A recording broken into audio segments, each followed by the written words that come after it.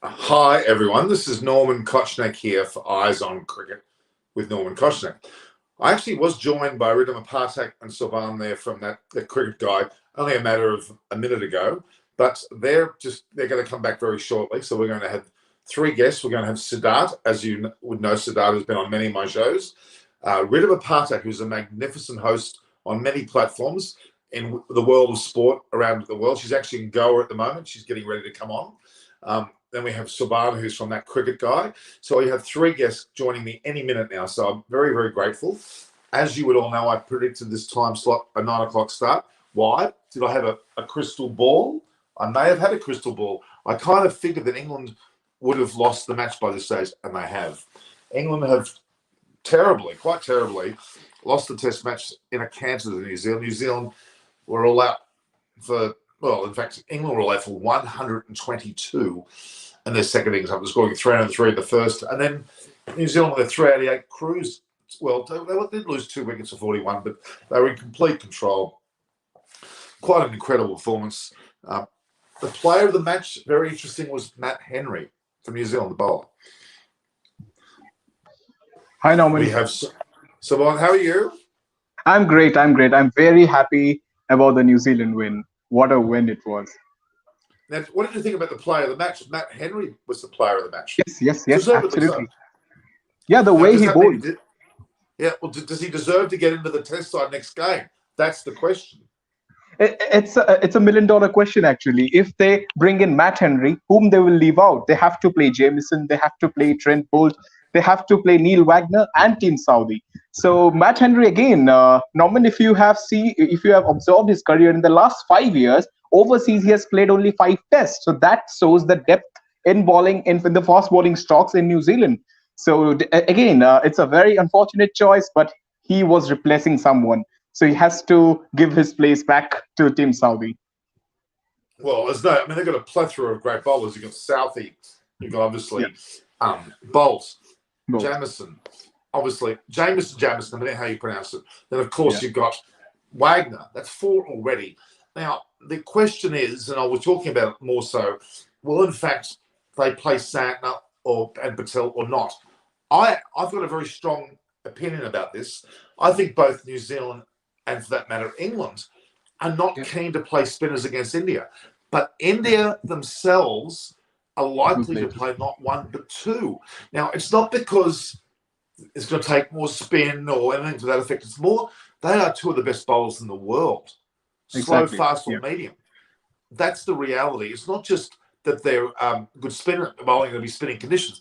They're actually quality bowlers that can take wickets on any wicket. And I think New Zealand has a vulnerability somewhat against spin. So I actually think that New Zealand will play 2, and my personal New Zealand will play none. But Norman, I think they should play Azaz Patel the way he bowled, the flight, the guile, the action he has, and the understanding about the spin bowling is absolutely brilliant. When you talk about Azaz Patel, he is 31 years of age, he's experienced, he has played the big games, he literally won a series against Pakistan in UAE 2 years back. So I think he is a big match player. Yeah, he's a big match player and he should play. Okay. My only argument there, Saban, is there's one strong argument. Why didn't he play in front of Santner in the first place then? I think the thinking that's the thinking of the coach Gary Stead. They think that the spinner needs to get some runs, so maybe that's why they preferred Mitchell Santner over Azaz Patel. They want some runs from the spinners. But I think Norman, he's a decent enough batter. Actually, he can score. He can hold the stick. When you talk about Azaz Patel, he's no more good the bat, and definitely he can hang on. He can hang in with the tail, and he can contribute to 10 to 20 runs. What do you think? Do you think Mitchell Santner is a test quality spinner? Because if you look at his record in the first class cricket, it's not really good. He has picked 3 wickets at max in first class cricket, and Azaz Patel is a seasoned spinner. Whom will you go for? Will it be Azaz Patel or Mitchell Santner? Look, Santner's not going to play as far as I'm concerned, whether it's injury or not. I don't think he's a good short form version of the game. He is. Patel certainly has played his way into contention, but if you look at I'm going to talk about New Zealand batting order a bit more as well, but Absolutely. we'll get on to that topic when Ridhima joins us, and we'll have both Siddharth and I think we're going to get Gil as well. We'll talk more about that other aspect, but let's just, while we're on this topic, yes, and official side is saying congratulations to the Kiwis. It is very worthwhile saying. He's also how the English supporters feeling today. And Munchie was here earlier. Munchie had to leave. Munchie is one of our regulars. Forecast today. He's given a forecast. We'll talk about that in a minute. That's a bit late. But there is a large depression over England, and everything was very gloomy. But there's not weather. It's just how we are feeling about the batsmen. I like that. That's funny. And he also talked scant consolation that I was correct in my prediction of New Zealand being bowled out mid-afternoon. There wasn't any correction there at all. Okay, I was pretty much on the ball. So, okay, this is the way I look at it, and I have the way England played as well. England played without a spinner for both Test matches. Yeah, Joe Root is not their spinner, so we can't be convinced that he is. So England went into this series on their home turf without a spinner. That tells you something. That tells you something. Now, New Zealand, they played Sant in the first match. In this match, even though Patel played, it was the likes of Henry and Bolt that did the true damage. Okay? Yes. If you're going to bring Southey back into play and de Grandhomme as well, there's not going to be room, I believe, for Patel. Now, I'll go through that for a minute. I actually think they're going to take note of the way Will Young bats and actually include him into the batting order and not have that, because that means they'll have, this is my thoughts, and I think there's a fair bit of groundswell around about that. I'm going to ask Brendan McCallum if I can as well. We're going to be joined by someone else. In fact, this is a very special guest. In fact, it hasn't worked. Here we are. There we are. We are, and I'll put you in the middle, Ridhima, as you deserve to be. Let me welcome you, my audience, from Eyes on Cricket with Norman Koshnak, to a very special guest, a lady that I've known for quite a while, having dealt with her and experienced her in great ways on Sports Today and on many other platforms. Ridhima Pathak, welcome. Thank you, Norman. Thanks a lot. Always a pleasure to be by your side. And I had a great time working with you on Sports Today when we were doing India and Australia. We had some fun, didn't we? I mucked around quite a bit there, I thought. I'm not quite as that way as Sammy. And of course, no, I'll muck around here too. Sabah, now he has a channel called That Cricket Guy, which is going great guns, not unlike mine. There's two emerging channels that are going really well. So it's great to have him on as well. We're going to be joined by Siddharth, who's also a renowned Indian journalist, and a man called Gil, who's been he has his own YouTube channel as well. And he's doing very well. So we've got some very strong and they're great, knowledgeable fellows, and you'll find more about them. Ridhima, without having discussed it fully with her, I hope to have her on many more episodes. And she's such an amazing host. If she has time between, where are you now? I'm right now in Goa, correct? In India, it's a city in India. Misplaced to be. I know it's a city in India. You're talking to Mr. India here. This is Sabah. Whereabouts are you, Sabah? I'm in Bhubaneswar. I'm in Odisha. Okay. Oh, damn nice. Yeah. I love Bhubaneswar for its weather somehow. Today is also it's cloudy. Yeah. It's raining actually. Yeah. So, Ridhima, we were in the middle of talking about something, but because you've joined us, I must give you the opportunity to introduce yourself to my audience. I'm sure many people know who you are, but just in case they don't, let's have the Ridhima Pathak story. Tell us about yourself. Well, I'm an engineer by qualification, and I made a shift from engineering to sports anchoring. And I started with hockey, and then I went ahead and hosted kabaddi, and then I got a chance, like a huge opportunity, to host the 2019 Cricket World Cup for ICC as the digital presenter. And I've also hosted the NBA for 3 seasons. So basketball, so like my love, somehow the audience always finds it's very divided between basketball and cricket. And I always tell them, keep up the sportsman spirit. It's just love, It can be divided. So yeah, and then of course with cricket, I've grown, especially digitally, is where I've had my command over cricket, and I got a chance to host it with Sports Today, and now once again I'm hosting it with other digital platforms like Sports Adda. So yeah, looking forward to it. Sports Kida.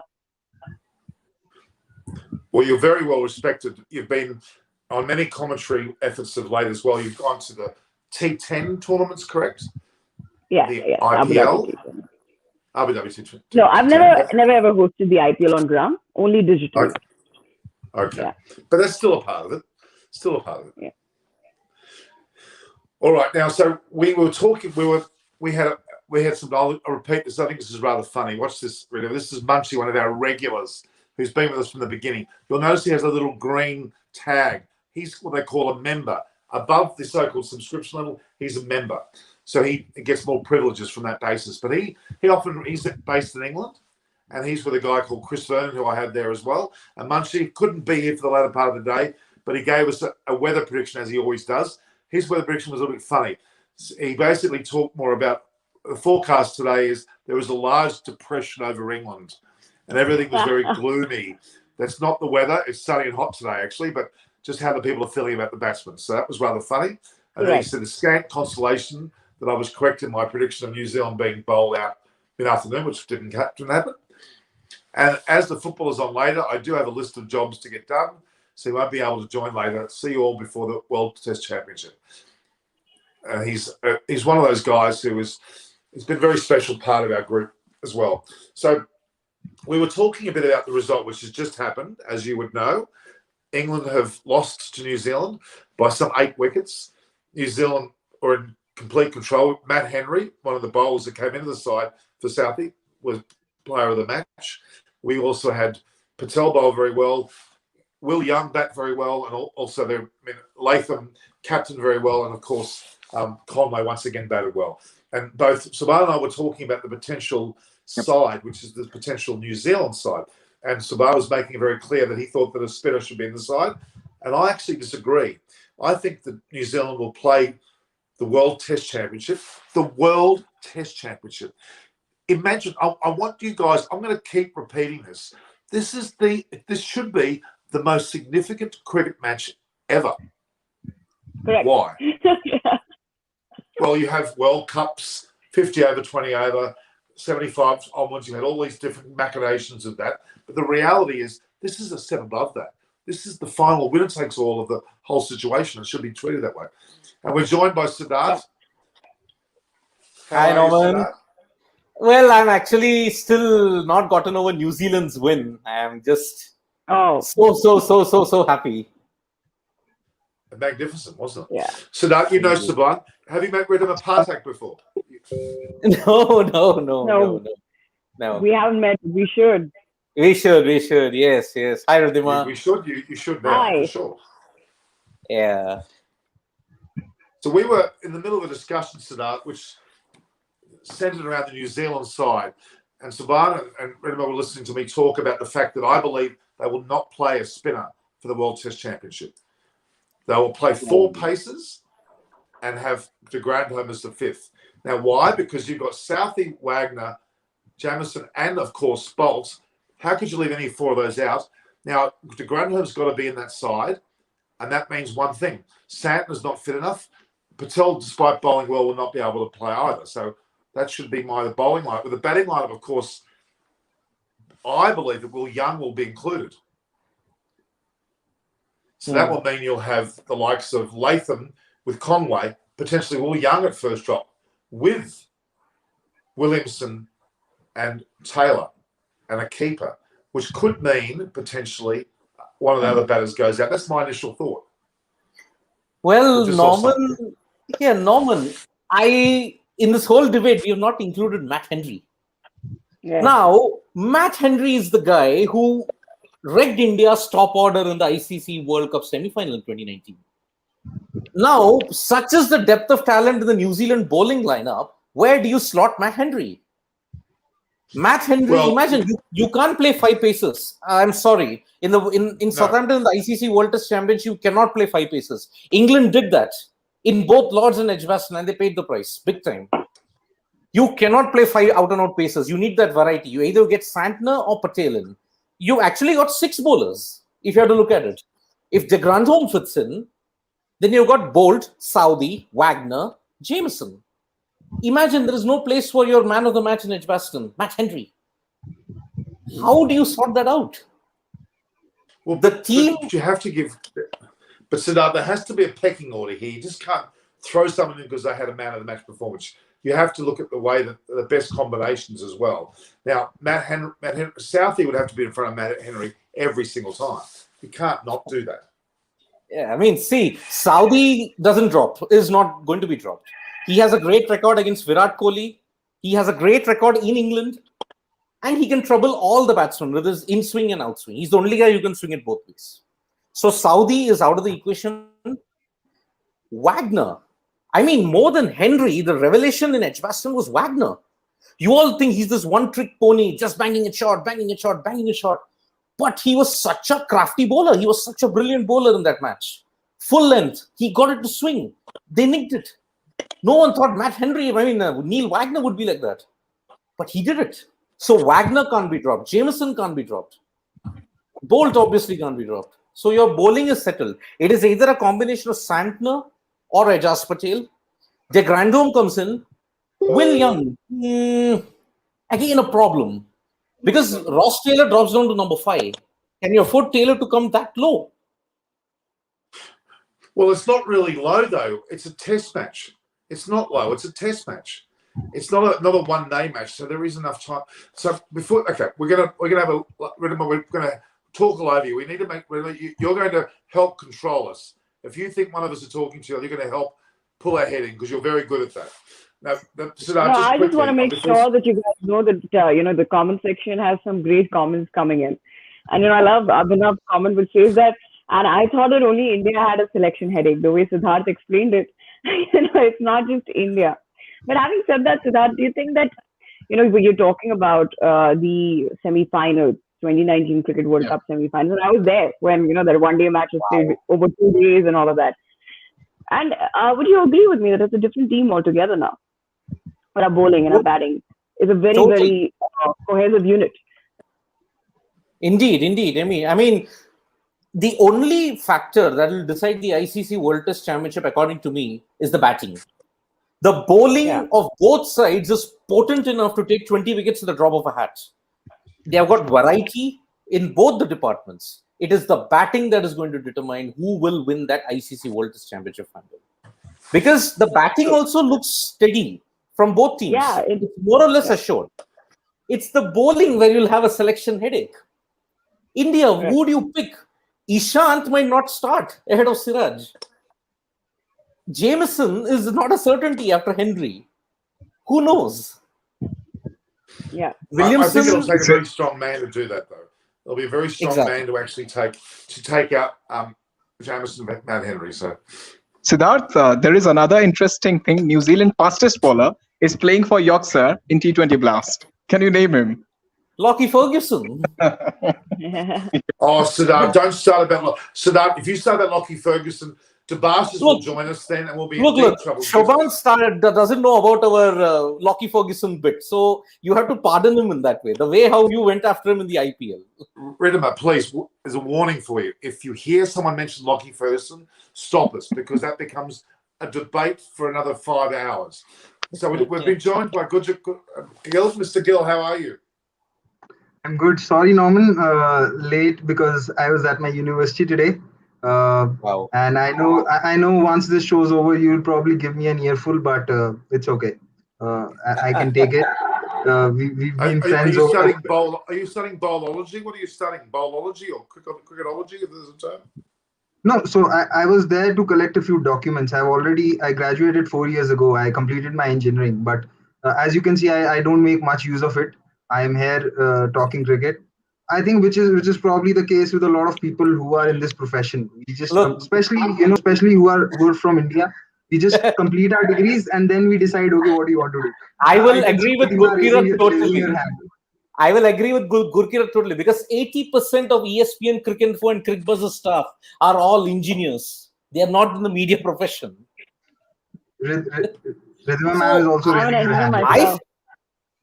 Yeah, so I felt like an odd one out. I was a mass comm graduate entering Crickbuzz. Everybody's an engineer. I'm like, have I taken the wrong field or have I taken the wrong office? That's what I was in at that time. If you actually step into any engineering college in India, you will probably realize that 80% people who are there, they don't even know why they're there. They're just there to, sort of complete those 4 years and then see, okay, aage dekhenge kya hota hai, something like that. Oh God, trust me, Now, it's let me bad. just say, I was Gentlemen, just to I make it want clear, to I was ask. not a. Sorry, go ahead. No, go ahead, Go ahead. Norman, please. No. No, I I was just just want going to to ask joke you, and say I was a when male model. oh, were you? Okay, so No, before I Gurjit wasn't. joined in, we were talking about, India, New Zealand, we were talking about the teams altogether.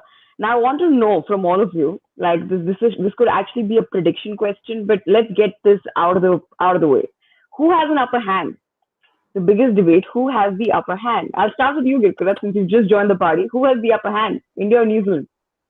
I think you have to give it to New Zealand because of the two test matches that they've played so far. See, one thing is, and there's a reason why teams struggle when they play their first test match overseas on a tour is that we keep talking about something like the muscle memory, and that is in the first game is when it comes most into play. Most of the teams who travel abroad, they are used to bowling to a certain kind of lines and lengths when they're playing in their own country, and we see this a lot with Indian pacers who've debuted overseas. Except for say Jasprit Bumrah and Mohammad Siraj, anyone who's debuted in the last decade overseas, that player has struggled. Be it the case of Abhimanyu Mithun, be it the case of Vinay Kumar, be it the case of Pankaj Singh, because the muscle memory is such that you find it very difficult to adjust to bowling to the line and length which is suitable for that pitch. And something similar happens to the spinners who come from overseas countries and come and play in India. If you look at the records of Nathan Lyon, Graeme Swann, Monty Panesar, Ashley Giles, for even the great Shane Warne, all of them have struggled on their first tours. So that is the pure reason why I'd say that New Zealand have the upper hand, because they, as of now, they're much more acclimatized to bowl in the conditions. But it's a very bare margin by which New Zealand are ahead. I'd probably say 60-40. And if India win the toss, it might turn out to be just 50-50, because Southampton traditionally is a kind of pitch which is drier, and it tends to offer turn as the game progresses. And someone like a Moeen Ali has taken, I think, 19 wickets against India in the two test matches in 2018 and 2014.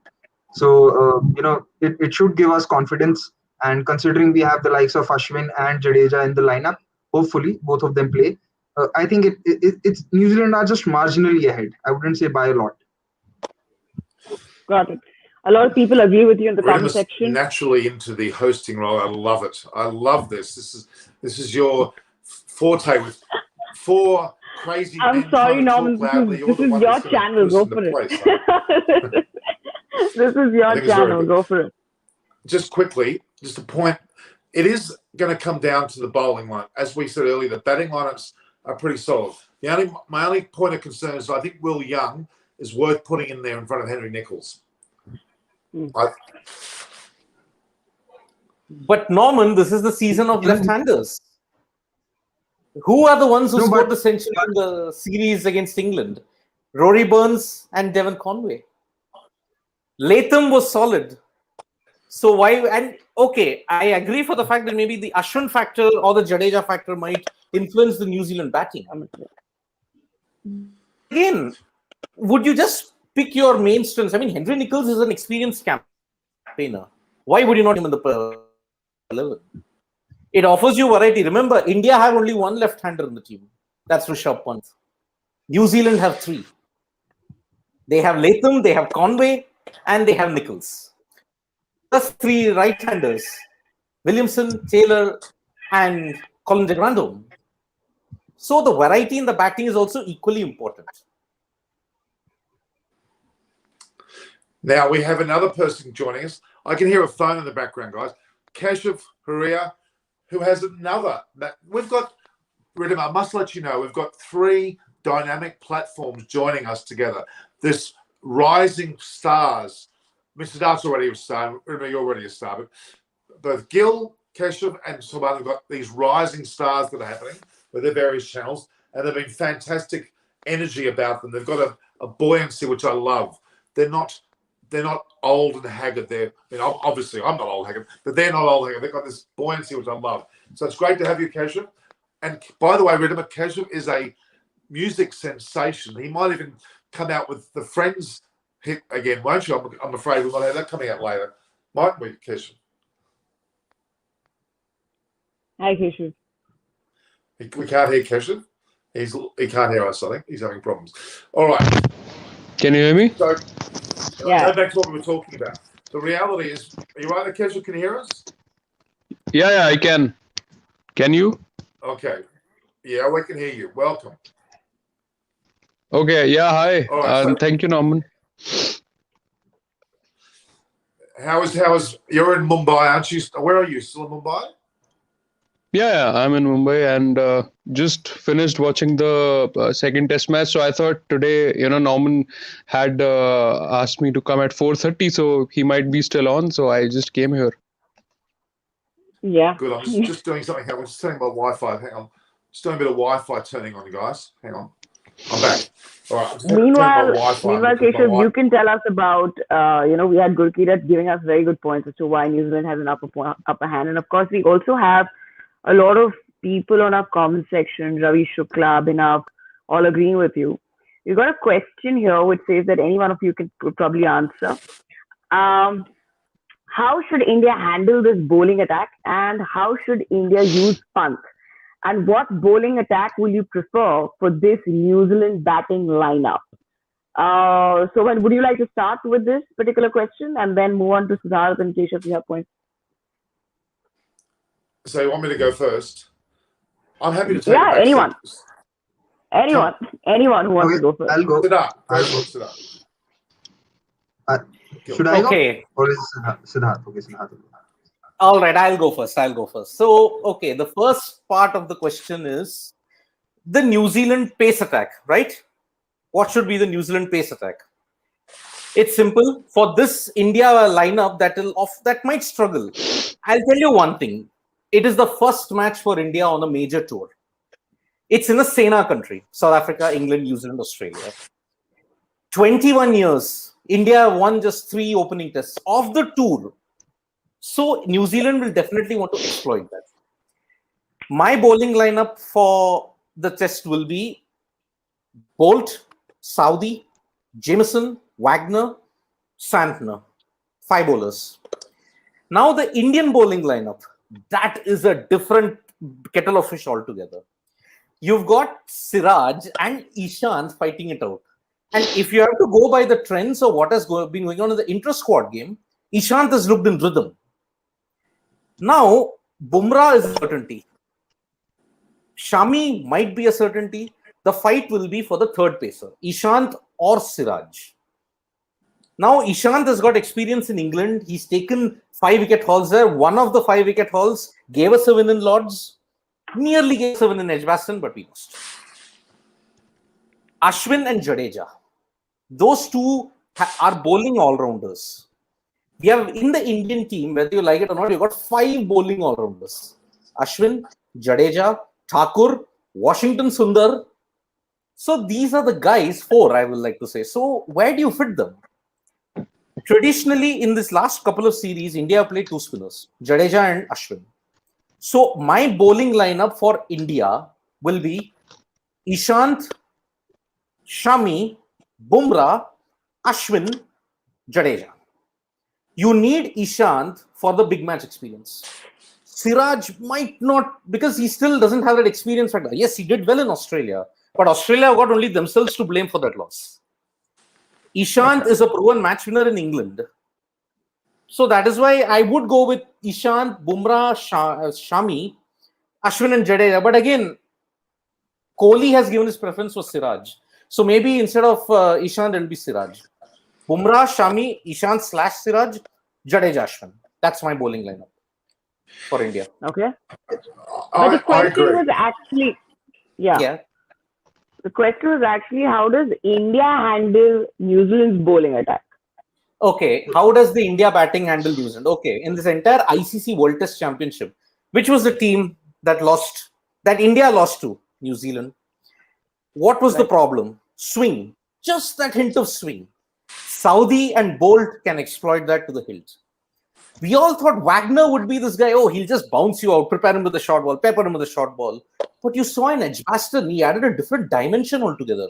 He bowled full, he got swing, and he got wickets. So Jameson will be an X factor. His height and bounce. That will be important. Rohit holds the key here. Rohit is the only guy who can counter the bounce well. But when it comes to swing, I think Pujara has to take the key. Pujara and Rohit hold the key in countering the swing and bounce of the New Zealand Pacers. If those two get in, then I think India will consider themselves in a safe situation. But if the top order collapses, like how they have regularly done in 2014 and 2018, I'm sorry, New Zealand are ending their 21-year ICC jinx. And let me just rile the Indian fans a bit. In 1999, New Zealand won a series in England, 2-1. They won the next year in the ICC Champions Trophy. That remained their only ICC win. It came against India. 21 years later, they win against England. The ICC final is against India. History could repeat itself. I want to add something over here. I think I don't see a doubt in Ishant's inclusion in the 11 because the kind of role that he plays is more of a role which someone like a Stuart Broad played in this test match. He's someone who holds one end up. If you look at Stuart Broad's figure, he gave runs at less than 2 runs per over. So Ishant's going to be playing purely for that aspect, that if the pitch is flat and nothing's happening, you need someone who can run and bowl a longer spell of 7-8 overs and keep one holding up one end. The only debate is going to be, I feel, between Siraj and Shami, because if you look at Shami's numbers from the previous tour, even though he beat the bat a lot, he didn't take that many wickets, and his balls per boundary, his strike rate and average is on the higher side as compared to the other two bowlers. And since this a lot of test matches are won on the basis of your first innings, and we know that Mohammad Shami doesn't turn up that much in the first inning. So I think the call would be between Shami and Siraj, and not between Ishant and Siraj. And like you also mentioned, that Ishant already has 2 fifers in England. His record against left-handers is very good, and he's someone who can actually bowl dry if needed. So he'll definitely play. And although ideally you would like a fourth option, you want an all-rounding option in England because you want the batting to be elongated. But the best all-rounder that India have at this point of time is Ravindra Jadeja. It may not be ideal to play 2 spinners, but you have to look at Jadeja as a all-rounder who bats who's going to give you runs at number 7, and he's the best option from that point of view. And you need to play Ashwin. Gurkirat, just one dark horse option. Any place for Shardul Thakur? Because that will elongate the batting a lot more. Also, you've got a bowling all-rounder as well. Plus, you have the buffer of Jadeja. If you include Shardul, you are batting till number 8. If you include Ashwin also, you are batting till number 9. Is there any chance for Shardul? So then Shardul would have to be a third pacer. So I don't see that happening. If it was, say, a pitch which would have offered much more bounce than seems, say, if this game would have been oval, then playing Shardul as the fourth pacer and an all-round and as a all-rounding option would have made sense, because oval is the kind of pitch which is very similar to Wankhede. It offers you bounce. But in Southampton, you will not get that much bounce. You have to rely on movement. And where there is movement, it is very difficult for someone for Shardul to pip both Shami and Siraj. So I don't see Shardul or even Umesh or Washington to be in contention. It's going to come down between one of Siraj and Shami. And as far as India is concerned on how they have to handle the New Zealand bowling lineup, India are traditionally known to struggle against the left-arm pacers. So all this talk of maybe Wagner being dropped for Matt Henry, I don't think it's going to happen. No, especially if you take a look at the records of Virat Kohli versus Saudi, Bolt and Wagner. All three of them have got him out thrice. So I don't see Wagner getting dropped. If at all it happens, that it is possible that New Zealand might not play any spinner, and they go with a fourth pacer, which could be a Jameson, and I'm convinced it's going to happen. I'm convinced it's going to happen. Santner's not playing, that is for sure. It's either going to be Ajaz Patel or one of the fourth pacer, or there could be another left field idea, which could be you you play your 5 best bowlers, which would be Southee, Bolt, Wagner, Henry, and Jamieson. You also drop Colin de Grandhomme, but it would be fraughting with a little bit of risk because India also have a good bowling, and having 5 of them would actually decrease the length of New Zealand's batting considerably. Okay, I want to stop there just to let you know, Ridhima Pathak has had to leave. She was only planning on being here for the first half to introduce herself to everybody, but she will be on for future shows. How exciting is to have Ridhima? She is a leading host on a number of platforms and a good friend of mine, and when she had the opportunity, she joined us. So it's great to have her. Just let me bring up, I'll become the host. I'm not as good looking as Ridhima, I'm sorry, but you'll have to make do. Keshav, you've been very quiet. Are you sick or something? You're like a ghost today. I'm joking. No, I'm fine. People were talking, so I was just listening to them. Okay, I want to take a step back for a moment. We've got so much conjecture, but I think in terms of the Indian side, what we've seen in this 4-day intra-Indian team match that's going on, we saw the batters on one side and the predominant bowlers on the other side, correct? And of course you're going to do that. You're going to have your best bowlers against your best batters. You're not going to do that any other way. So I think they're showing their cards already, aren't they? They really are. I mean, it's very clear the batting order, which is very similar. In fact, it's exactly the same as we predict from way back with Gill, Sharma, Pujara, Kohli, Rahane in that batting order with punts. That's the batting order. There's no doubt.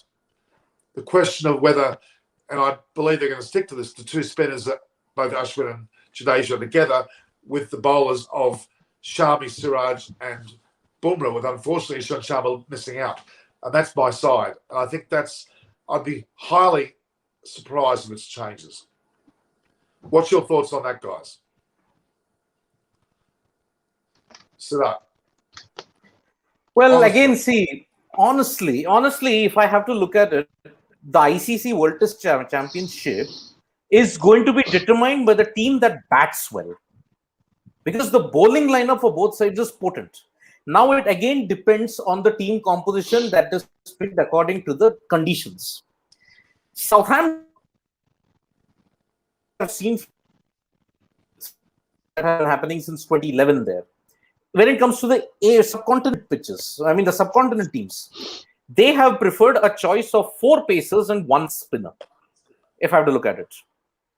Whether India goes for it, because see, India have often bucked the trend in Australia.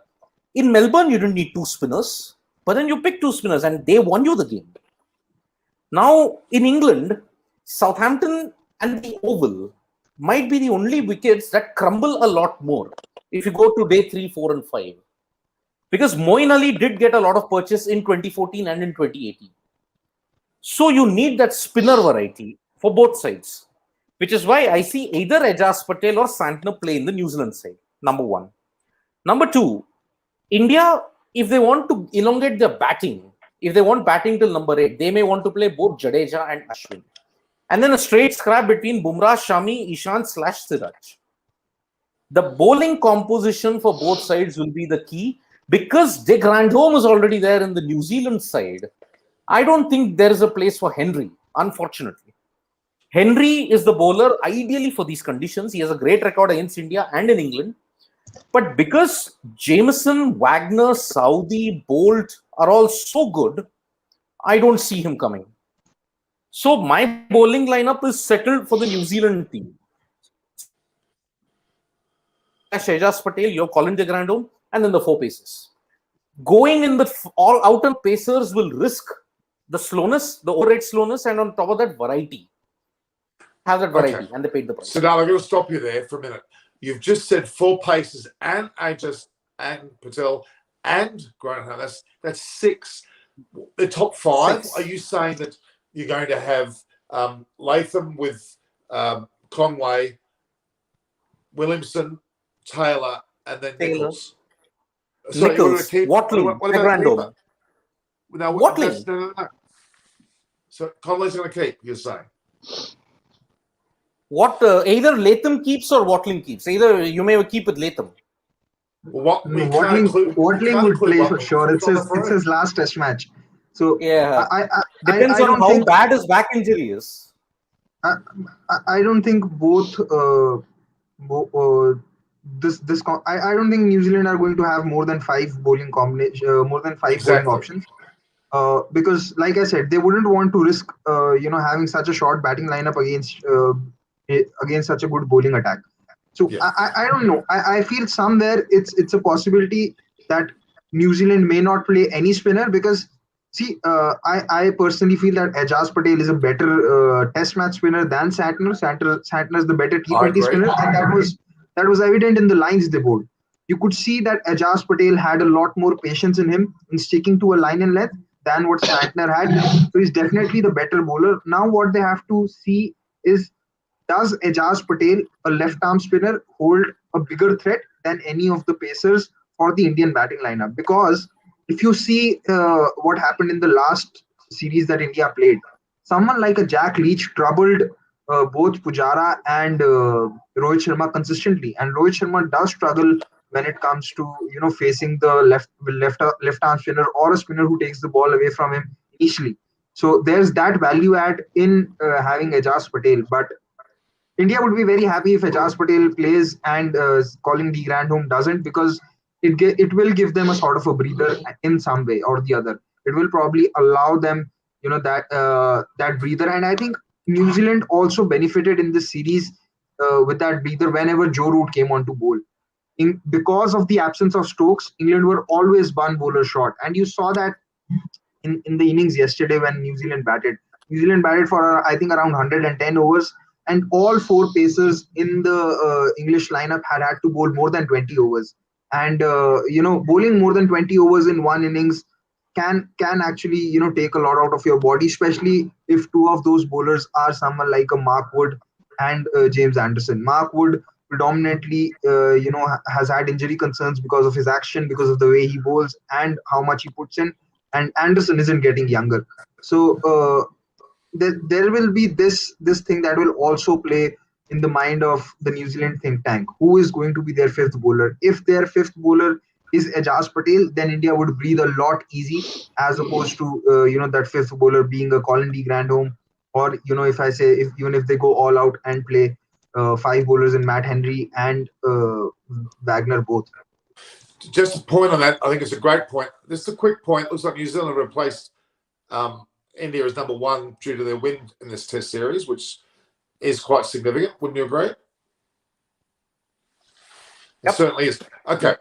Just I'll take a step back, Siddharth. Just take a step back for a minute, and Gil. I'm actually leaning towards Gil because I do think that New Zealand will not play a spinner. Because if you look at the four of the top batters for India, and I've talked about this on many of my shows, Sharma, Gill, Kohli and Rahane are susceptible to a ball moving outside off stump. They edge more than not because they're capable of edging. They're good batters. Why would you bring a spinner into play when that's not their lack of skill? The reality is, if you barrage them with five bowlers, whether it's to Grandhomme or Henry and the other four, that is the way to go. You can't fit another bowler because you're going to need a place for the keeper Watling and then the five batters above them. And I'm still arguing that they're going to try and find a place for Will Young, which may see Henry Nicholls not play. No, I don't agree with that. I mean, Okay. I think Henry Nicholls would definitely be in the 11. It's kind of like saying if, just because Will Young had a good test match, so did, like Blundell also didn't do that bad with the keeping as well. So that doesn't mean you drop Watling and play Blundell in the next game if Watling is available. So same way, if they have to choose between Nicholls and Will Young, they'll definitely go with the tried and tested, somebody who has been performing for them for so long. Even in the first test match, he had such a good partnership with Devon Conway.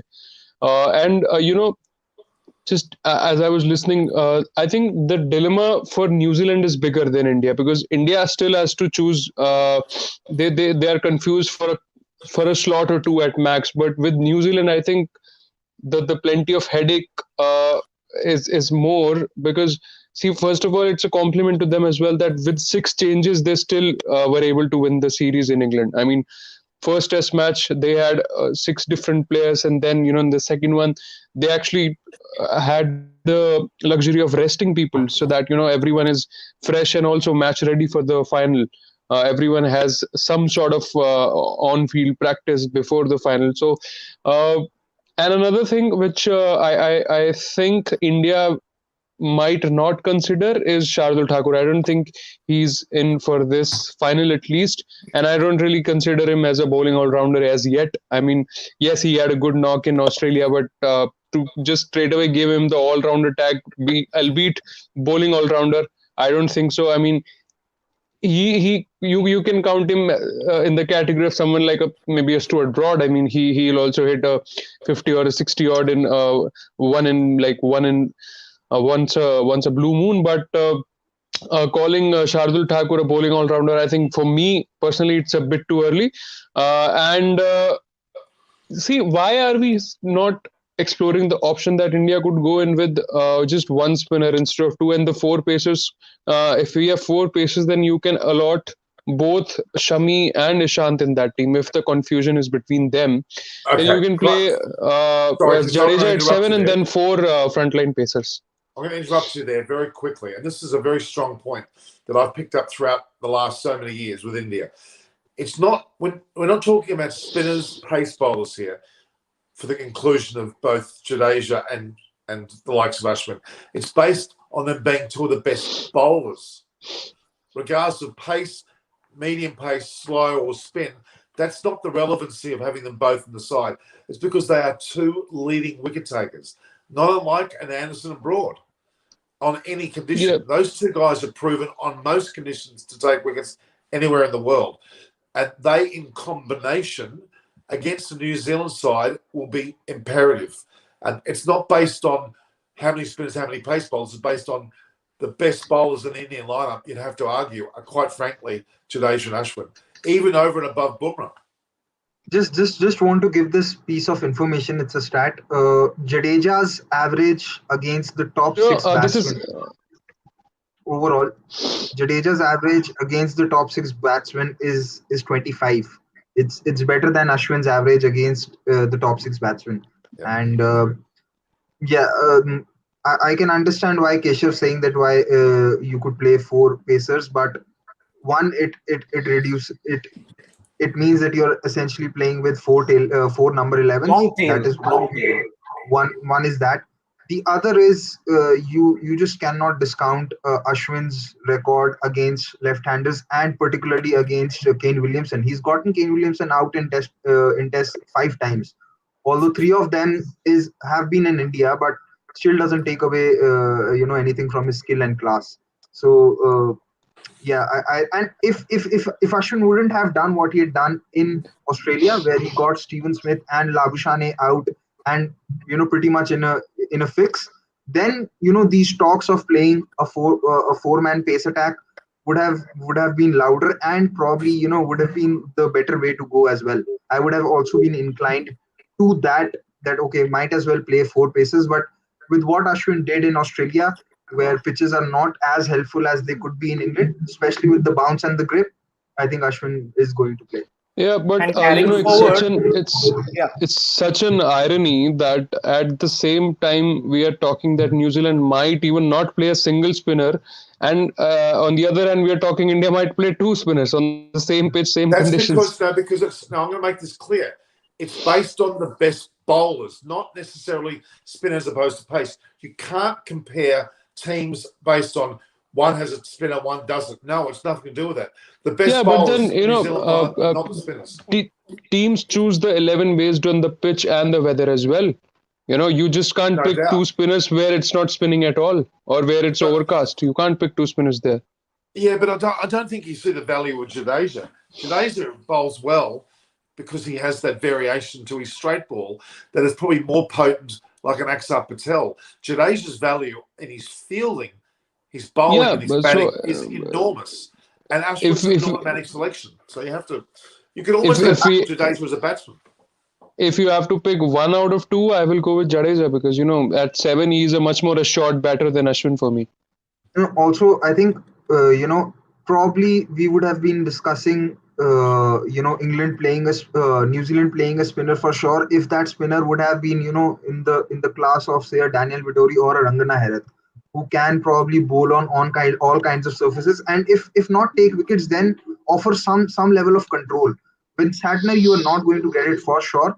And with Ajaz Patel, I don't think even the New Zealand side is that confident yet, because if they were confident of Ajaz Patel, then he would have started ahead of Santner, but of Santner in the first test. So that is the dilemma.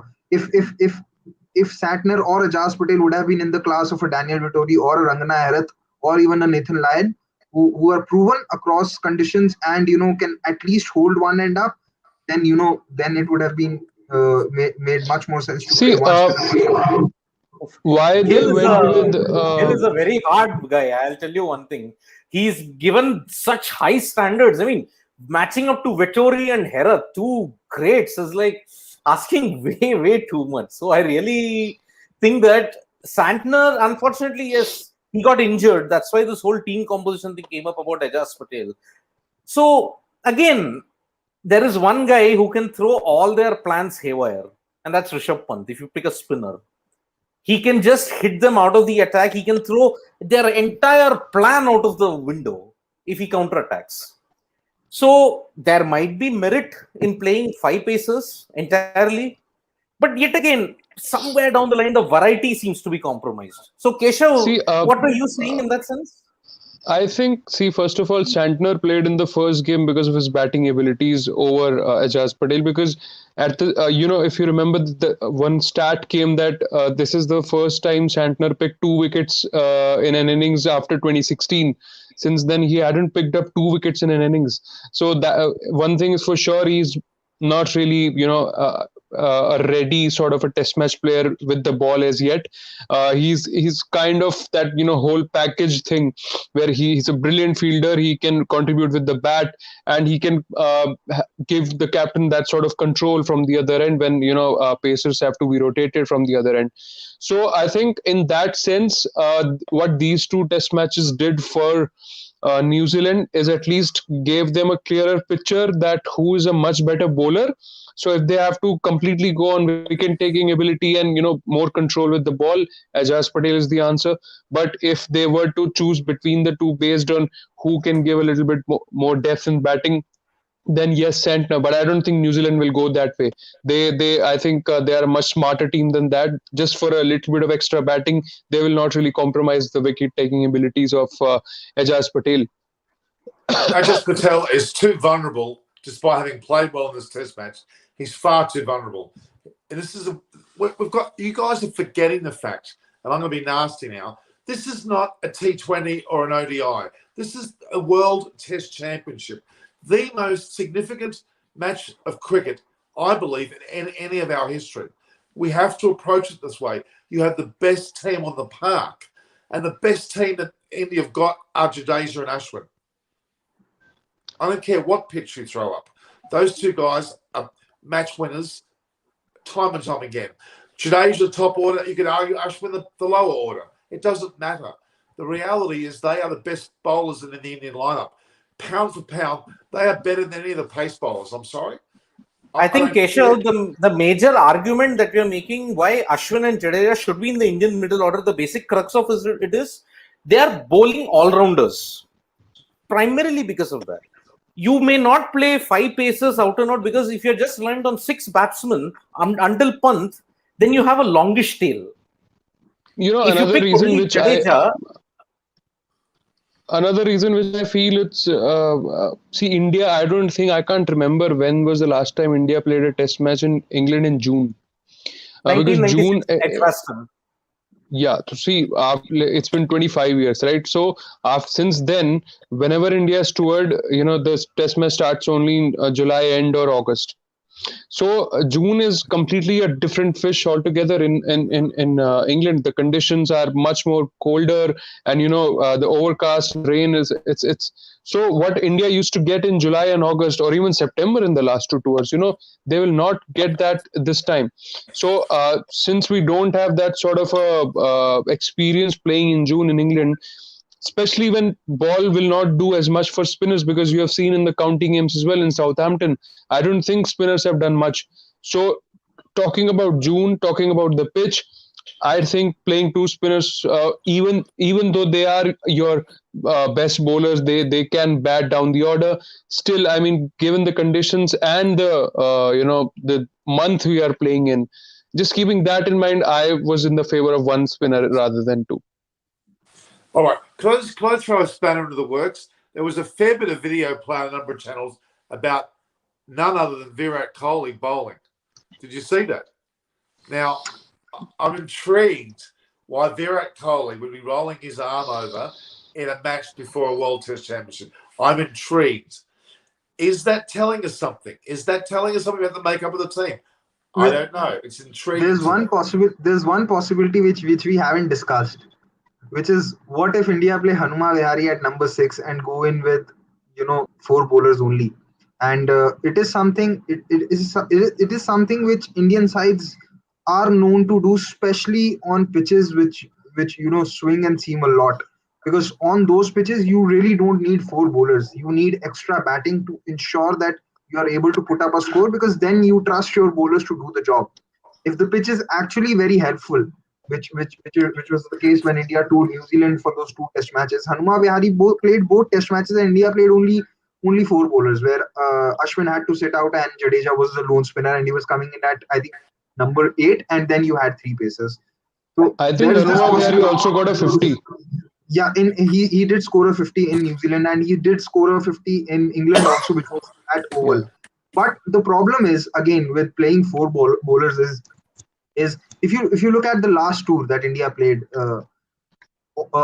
all 4 test matches you had 1 bowler getting injured. That is the biggest issue with playing just 4 bowlers and having just 4 bowling options. If one of your bowler is getting injured, or if one of them is not disciplined enough, then creating pressure becomes very, very difficult. So that is another pressure. Or and then if you're, God forbid, if you've lost the toss in bowling first and you have just 4 bowlers and one of them is not in form or is off the radar, then you are pretty much playing for a draw from there on. So that is the risk that comes along with it. But if the pitch is very green, which is unlike Southampton, India might as well play Hanuma Vihari and add that additional batting depth. See, one problem which I think India will face here is if you remember that leaked audio clip of Kohli and Shastri. So in that it was clear that they wanted to bring in Siraj and Shami both in round the wicket for the left-handers, right? And at the same time, now Ishant has done well in the intra-squad game. So if the confusion for them also was between Ishant and Siraj, and they had made up their mind for Siraj, now Ishant performing like that, I think that will give them a little bit more headache. Okay. Look, I could talk to the cows come home, and I'm not being nasty, but we have got some great understanding here. But the most important thing to me at this moment in time is today's the 13th. We're going to have so many discussions before the 18th. We're going to have so much excitement. But I come back. We really don't know deep down what's going on in the minds of the Indian selectors. I'm pretty sure they're having some kittens in the moment with all the possibilities. But I maintain their 4-day match was the time they were going to show their wares.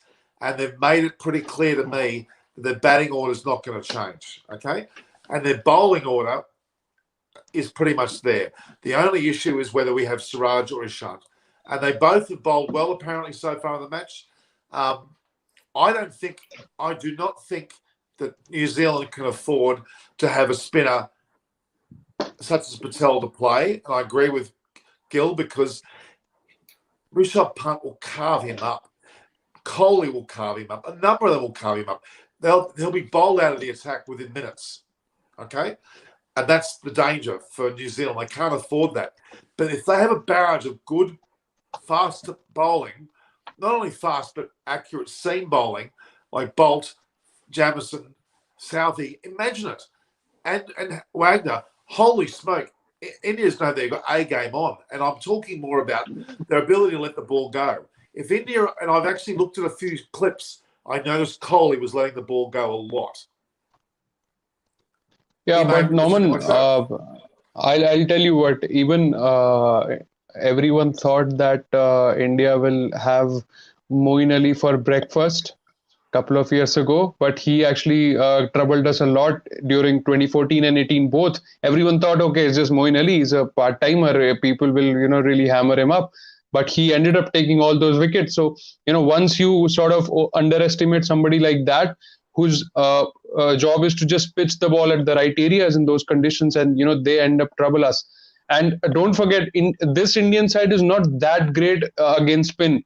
The Indian sides of the if you see in the past, how we used to talk about the Fab Four and the golden era of Indian cricket. Those guys were really good players of spin, but we have seen time and again these guys are quite vulnerable against spin, maybe because of not playing much first class cricket against the local spinners. Maybe that's one of the reasons, or not making those kind of pitches anymore in India, which used to spin a hell lot, except for the England series last time. But yeah, don't really underestimate Ajaz Patel against this Indian batting lineup if it starts spinning on the day 4 or 5. Okay, Yeah, look, I please don't just take me wrong.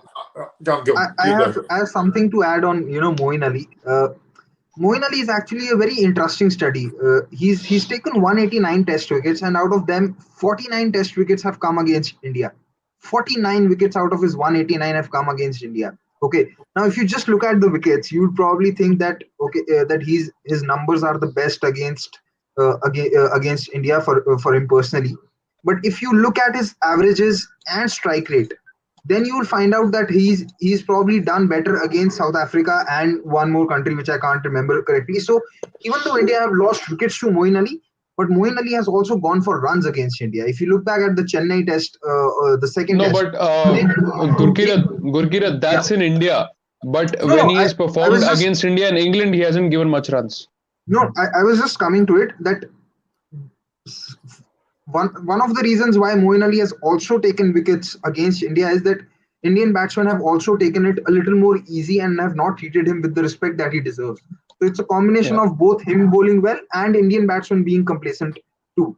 And that is something which I wanted to say. And like I said before, with Ajaz Patel, the key is that someone like a Rohit Sharma also struggles against with the ball turning away.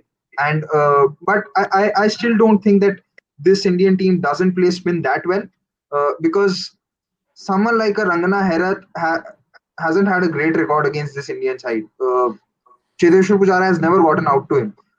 Nathan Lyon couldn't bowl out this Indian side at his home in his home conditions twice on day 5. So it's probably not as good as what the side was in the last decade, but it's not as bad as sometimes we make it out to be. Uh, No, I I think see they a have lot definitely improved. of yeah, I think a They've lot of that improved a lot. perception has got to do with the series which India played versus England at home in 2012. A lot of that perception that this Indian side doesn't play spin well is based on that series because No, Monty but Palliser and after that also, if you remember Gurkirat in 2017 when Australia came O'Keefe, over, and Stephen O'Keefe. Yeah, Keefe and yeah, Lyon, that actually one they test. both took a lot of wickets Yeah, in Oh, that Stephen O'Keefe. series. why are we talking about Lyon, for God's sake? This is England. I don't want to talk about Nathan Lyon's not playing. Let's get him out of the conversation. I don't want forget Nathan Lyon. He's irrelevant. Look, No. What we are saying is India's definitely improved. That they're playing against spin, but in the years just gone by, like even in 2014 Australian tour, if you remember that Adelaide Test, I think yeah. Nathan Lyon picked 7 wickets in that game, which Australia won, and Kohli scored a couple of centuries in both innings. So as time has gone past, I think India has improved, but in both 2014 and 18, Moeen Ali at the same Southampton did harm us, and it's again the same Southampton, and I think New Zealand might just pick Ajaz Patel. There's somebody online who wants me to ask about the New Zealand bowling attack is better than India. I'm not going to mention you because your name is ridiculous. And if you're going to be on my YouTube channel and you're going to have a stupid name like that with a stupid picture like that, then you can be blocked. Okay, so I won't go mention the stupid person's name. And if you happen to know my background, by the way, you're offending me severely. Okay, so I suggest you change your name or get off my bloody channel. I'm not taking that name. It's not funny, nor is the picture. You get off or I'll block you. You choose your decision. Okay? You've got hard words, so I'm not even going to bother mentioning his name. All right? Okay. I've had my words. Now, this is impressive because Keshav, Gill, and Sadat, we've got different points of difference with our team selections, and I love it. And we've all got merit for what we're saying. Is India, and I want this question to be asked, is India going to go by a tried and tested, unchanged batting lineup? And people are saying, oh, that's specific to Indian conditions, blah, blah, blah. One of the best things about a test side in my era of my life is that teams that do not overchange in such a condition. Australia, we've got to not count it, because we lost 9 players due to injury, suspension, babies, you name it. You can't compare that. That was incredible guts and strength. It was magnificent. I don't know whether India is going to do that with this, in my opinion. I think they're going to keep their batting order as stable as possible, which means the top batting order has almost picked itself. The bowling attack, because of the insistence of Siraj, they see him go in place of Ishant. I truly think we're not going to see a difference. And they're tried and tested bowlers, 2 of their best bowlers statistically and wicket-taking wise in the team is who? Jadeja and Ashwin. Who are the leading wicket-takers in the Indian bowling lineup? It is these two only. No. Okay. Ishant is also there. Yeah, he is. But on the basis of the desire to have Siraj there, someone has to give way. I think it was only between Siraj and Shami, and I don't see Siraj playing. I think eventually they're going to go with experience, because you also that since it's just one test match, and that which is being played after 3 months. So India last played in March. So in those 3 months, all concepts of form also in a way go away, because you haven't played only, and your last competitive game was also 40 days ago. So the only form that I think you can go upon is what happened in the intra-squad game, and sometimes that can't be much to go with. So I think they are going to go with tried and tested and experienced players.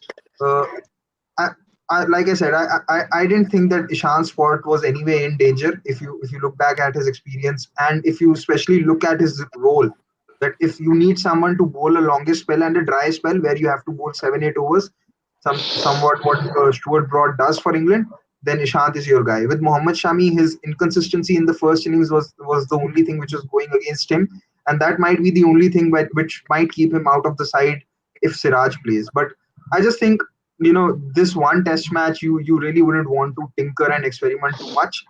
If India don't do well in this test match, and whosoever is the third pacer doesn't do well, then you might see the effect of it in the first test that India play against England. There you might see the effect of it. But I think in this one game, they will probably go with the tried and tested and the most experienced lineup that they have. I also don't see someone of the likes of Mayank Agarwal or KL Rahul getting a look in as well at this point of time.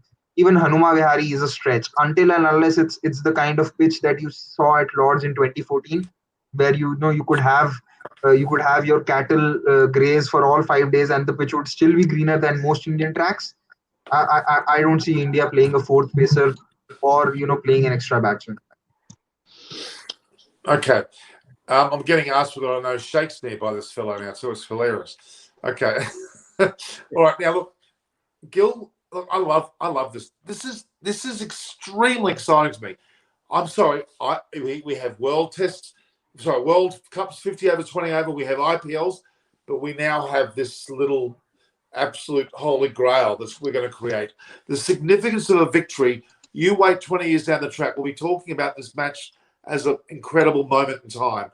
Back to the 75 World Cup when West Indies played England. That to me is the way that this has to be looked at. Okay. Do you think Grundholm should be in the side? Each one of you. Yes, I want yes or no answers. Keshav. Yes. For me, yes. Gil?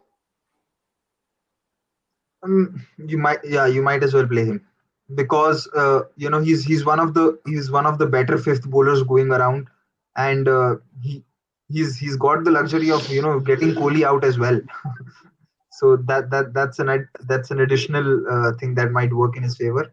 Uh, it's going to be a very difficult call to play a proper fifth bowler or play Grandhome, and I think Grandhome with his batting might just pip the scales in his favor. And he's got this Midas touch about him.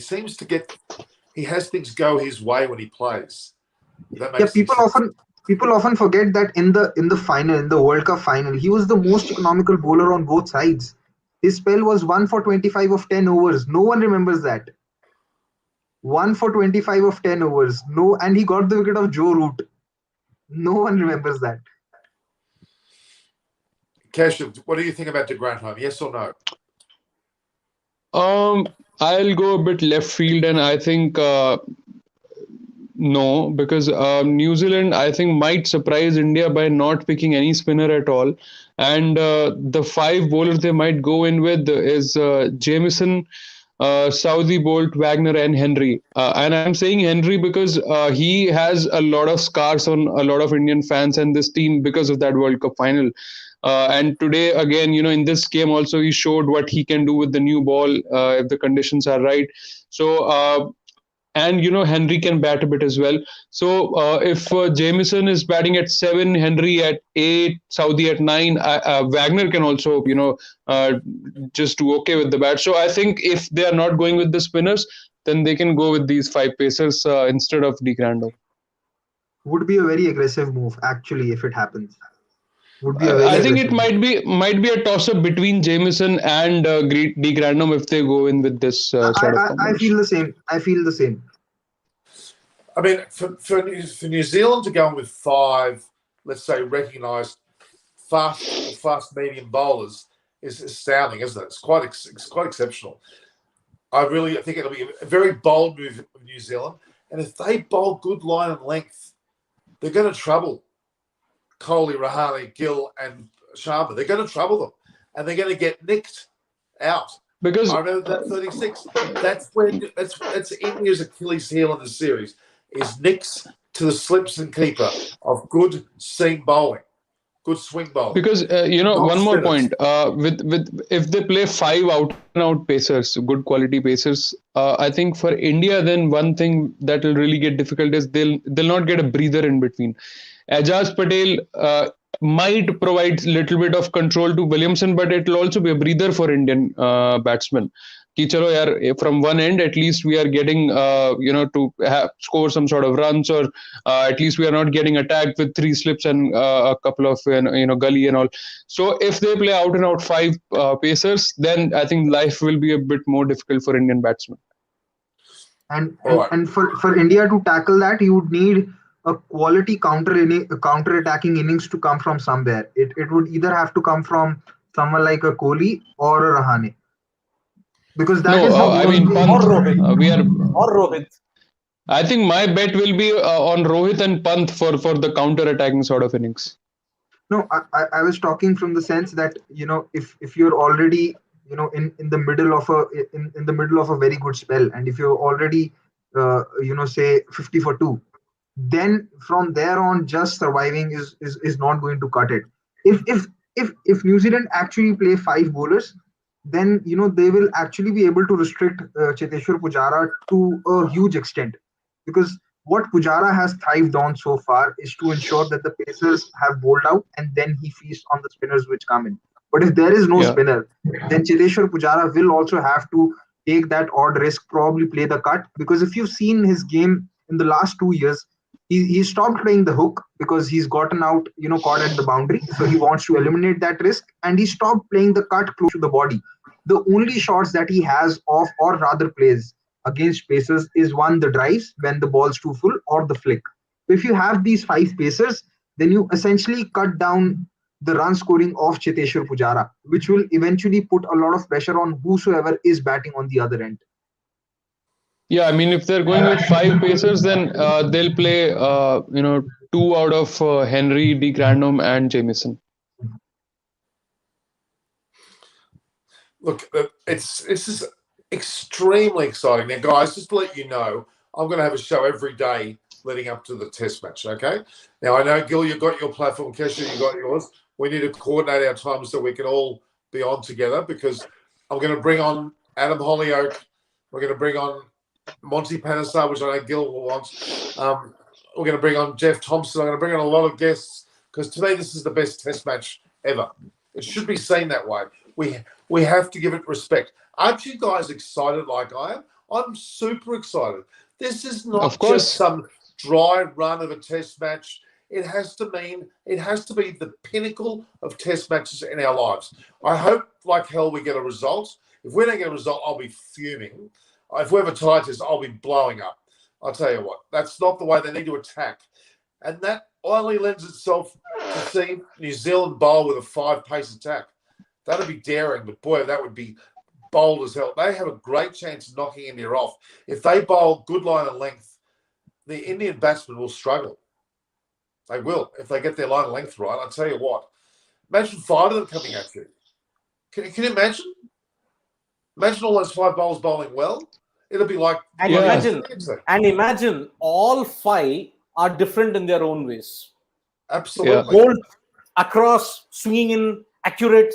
Saudi, accurate, can swing both ways, off the deck, in the air. Wagner, bounce and full. Jameson, extra bounce, full. Henry in that channel, if he plays. De Grandhomme, slight bit of movement. That's all you need. You don't need banana swing. You need slight bit of movement. Imagine the variety that is on store even among these pacers. The New Zealand pacers, that is. They have got the attack for both bowling in the air and off the deck. India has also got it. But again, it will depend upon the team composition, what they pick, according to the pitch that is going to be sent to them. Because the intra-squad warm-up game that they are playing is on a different deck altogether. The real deck will be somewhere else. How will that deck be? We don't know.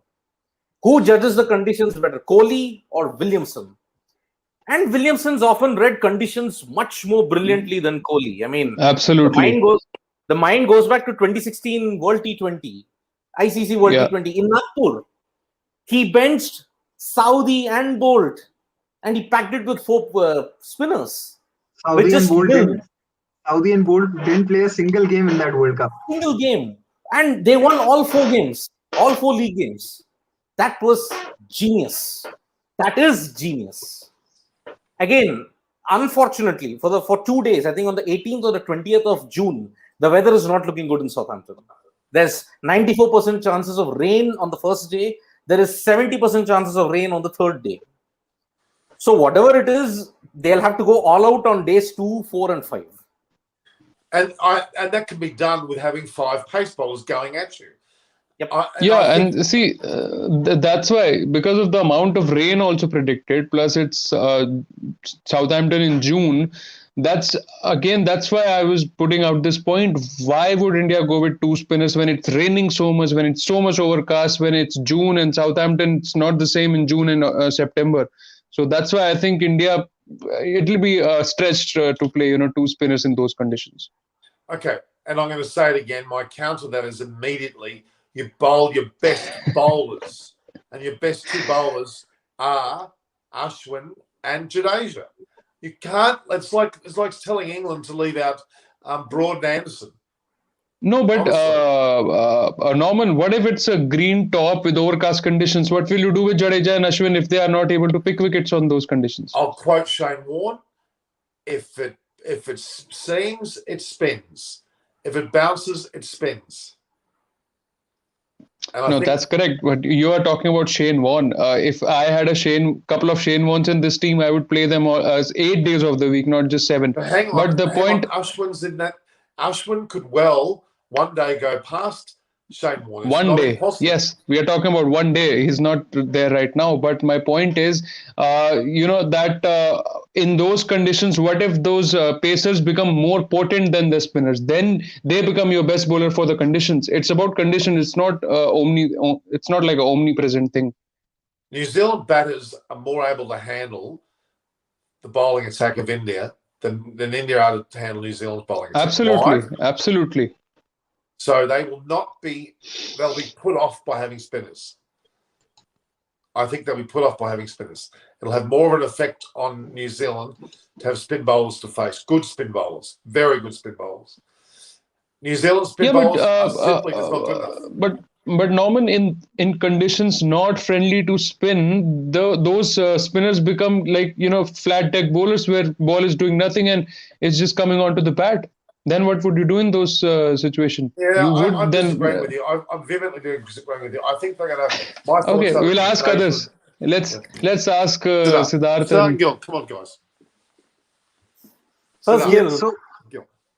see, if the pitch would have been somewhat like what you had in Lords the last time that India played there, or what it was there in Trent Bridge when India played there, then obviously you play a fourth pacer, and that fourth pacer could be Shardul.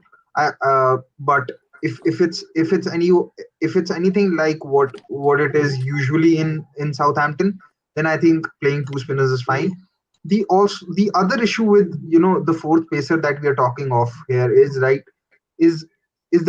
your third and fourth pacer could be Shami and Siraj, and both of them we've known that Shami struggles with control, especially in the first innings, and that is Siraj is inexperienced. If we had someone like a Bhuvneshwar Kumar, then I would have said, okay, play Bhuvneshwar Kumar and play Shami, because then you would have known that you will get the control which you want from your top four bowlers, and you would be able to compensate for even if Shami is not doing well, and you would have that extra batting lineup. But with Shami and Siraj, it also becomes very difficult to play all four of them because of the issues of control and lack of experience.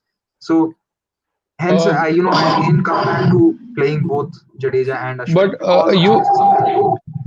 But you said that if the conditions in Southampton is similar, what we usually get, then you're okay with playing two spinners. So you're not factoring in the conditions, the rain forecast and the overcast conditions. They will not have an effect. The issue with that is they are also never consistent, because we've had forecasts there rain is predicted, but then out of nowhere you would also have sun coming out. So it's very difficult to base your 11 just on the basis of at the overcast condition or the weather conditions. I know Nasir Hussain has said that when in England you look down and then you look up, but the issue with looking up is you never show what you're going to get. And even in humid conditions, there can sometimes be moisture which spinners can make use of. It's not. Do you remember Lords 2018? India went in with Kuldeep Yadav. Like I said, if it's somewhat like Lords 2018, then playing two spinners doesn't make sense. But if it's not, then no. On that surface, that's Lords 2018, not 14. 14 one was completely green, but in 18. I think India played just one spinner in Kuldeep Yadav, and even that went on to be like a very bad decision. So the thing is, India also had dropped one pacer to play Kuldeep. India went in with 2.5 pacers, with your third pacer being Hardik Pandya. Also, Kuldeep's a wrist spinner, and he was playing his first Test match in England with an SG ball. While on the other hand, Jadeja and Ashwin are not going to be playing their first Test match in England, and they are finger spinners, not wrist spinners. So they will obviously have greater control than what a Kuldeep will have. So these are also factors which we need to consider. See, if I have to look at the concept of playing two spinners, okay, let's take your mind back to not 2014, not even 2018. Look at 2002 Leeds. Leeds, it was overcast throughout, green deck, but India still played Harbhajan and Kumble. Both. You all know what happened. After Dravid, Tendulkar, Ganguly and all scored those centuries, the bowlers took the wickets. It was predominantly Harbhajan and Kumble. They were the strengths. Zahir was too raw, Agarkar was inconsistent. So that's why you couldn't get the confidence from them to deliver. But with Harbhajan and Kumble, they did. Here, what I argue in the case of the World Test Championship with Southampton, there are some decks in England, irrespective of weather. I mean, you don't pick the team based on the weather, because let's admit it, for one thing, all of us know, even the weather prediction in England is not 100% accurate. Even the BBC struggles, left, right and center. When they say it rains, it'll be sunny. When they say it's sunny, it rains. That's how fickle the weather is in the UK. Playing according to strengths, the benefits I see are two. irrespective of the conditions. We all thought Melbourne will traditionally not offer spin for two spinners, but it did for both Jadeja and Ashwin recently in 2020, 2021. Now, if you play both Jadeja and Ashwin, the fact is, it may be June, it may be Southampton, but Southampton traditionally doesn't have that greenish tinge or that swing movement that is there potentially in Edgbaston or maybe Trent Bridge, for that matter. The pitch will crumble. If the sun is out, it will crumble. If they think that all 4 days will be cloudy, then they may play only one. But I see great benefit in playing two spinners. Why? Both are not mugs with the bat. They can bat. They can trouble Kane Williamson. They can trouble the left-handers. Ross Taylor often gets troubled by Ravindra Jadeja. Ross Taylor has big trouble against left-arm spin. So getting those two in might tilt the balance slightly. And you also have Bumrah, Shami, all plugging away with Ishant/Siraj. So these two will be your attacking options. The others can just build upon the pressure and take the New Zealand wickets because there are left-handers and also an equal mixture of right-handers. Plus, your batting will be till 8. In these kind of conditions, if Bolt, Wagner, Saudi, Jameson/Henry get it along with Colin de Grandhomme, then you have that buffer at least till number 8. I think we mustn't underestimate the ability of de Grandhomme. He is exceptional. He has the Midas touch. He's a bit like a Dan Christian in Australia. Things happen when he's on the field. Even you could argue a counter to Jadeja somewhat, even though they're different players. De Grandhomme takes great catches. He has incredible. He runs people out. He bats well. He gets teams out of holes. He bowls well. There's a lot more going on there than we can see. I'm excited about that. And look, what we're going to do, guys, we're talking brilliantly, by the way. We've got incredible audience size, by the way, guys. Gangbusters. We're going very solid. Just quickly, Aparna Saini's been talking. She's been there. So must say, everyone say hello to Aparna. Say hello, Aparna. Hi, Aparna. Okay, she's there. We've got some great commentary there from. I'm not going to mention one man's name, but we've got some great commentary regarding the whole aspect of even Krishna bowling. Now that could be a bit of a left field thing. I mean, he never. I don't think so. No, I don't think so. All right. Now the reality is that I'm most excited about the sheer match itself. We're talking already. We're fever pitch now, guys. Imagine when we get closer. This is going to go crazy. I'm just so. Aren't you guys? You don't seem like you're very excited. I'm more excited. No. I'm really excited. See, I was quite excited to see even this England New Zealand series. So you can imagine how excited an Indian fan would be for the final. So it's just the countdown which has started now. It's geez, we're talking. I'll be honest and I'll say I'm at this point of time I'm actually looking forward to watching the French Open final, and see it's today and how dare you say that? What is that? It's like saying you're going to watch ping pong or something. No, but it was a great semi-final. Both the semi-finals were great in men's singles between Zverev and Tsitsipas, and then between Nadal and Djokovic. So Tsitsipas gunning for his first title, and then Djokovic is also on the verge of history because if he wins today, he might have achieved what both Nadal and Federer haven't achieved, which is win all Grand Slams twice. Nadal has only won, I think, one Australian, only one Australian. One Australian, and Federer's only won one French. Yeah. If Djokovic wins today, he would have had won all Grand Slams twice. But he'll join Labour. Hang on. Are you trying to say to me that Djokovic is actually going to be ranked higher than Federer and Nadal? No way. Absolutely. I agree. No. Of course. So my theory is that Djokovic is the perfect player in terms of having the perfect technique. If you look at Nadal, then you would obviously say that his serve needs a lot more work upon, and if you look at Federer, you would say that his backhand could have been stronger. It's elegant, but is it as effective as the backhand of other players? Probably not. With Djokovic, you get a package of everything. No, hang on. And I'm saying, and this is very difficult for me to admit because I am a Roger Federer fan. Look, the reality is, this is the reality. Who would you pay money to see play in a final in tennis? Would you pick Federer? Okay. Nadal, yes. Djokovic? sorry, he's boring as hell. Oh, I'm not going to watch him play. Who would you prefer to see back, Viv Richards or Chris Gale? Or would you like to see, say, Martin Guptill? Or maybe not See, Martin boring players are efficient also. Even Chandrapal was very boring to watch, but he was efficient. Pujara is boring, but that's he's what efficient. I'm saying. Chandrapal is Djokovic. He's boring as hell. Wow.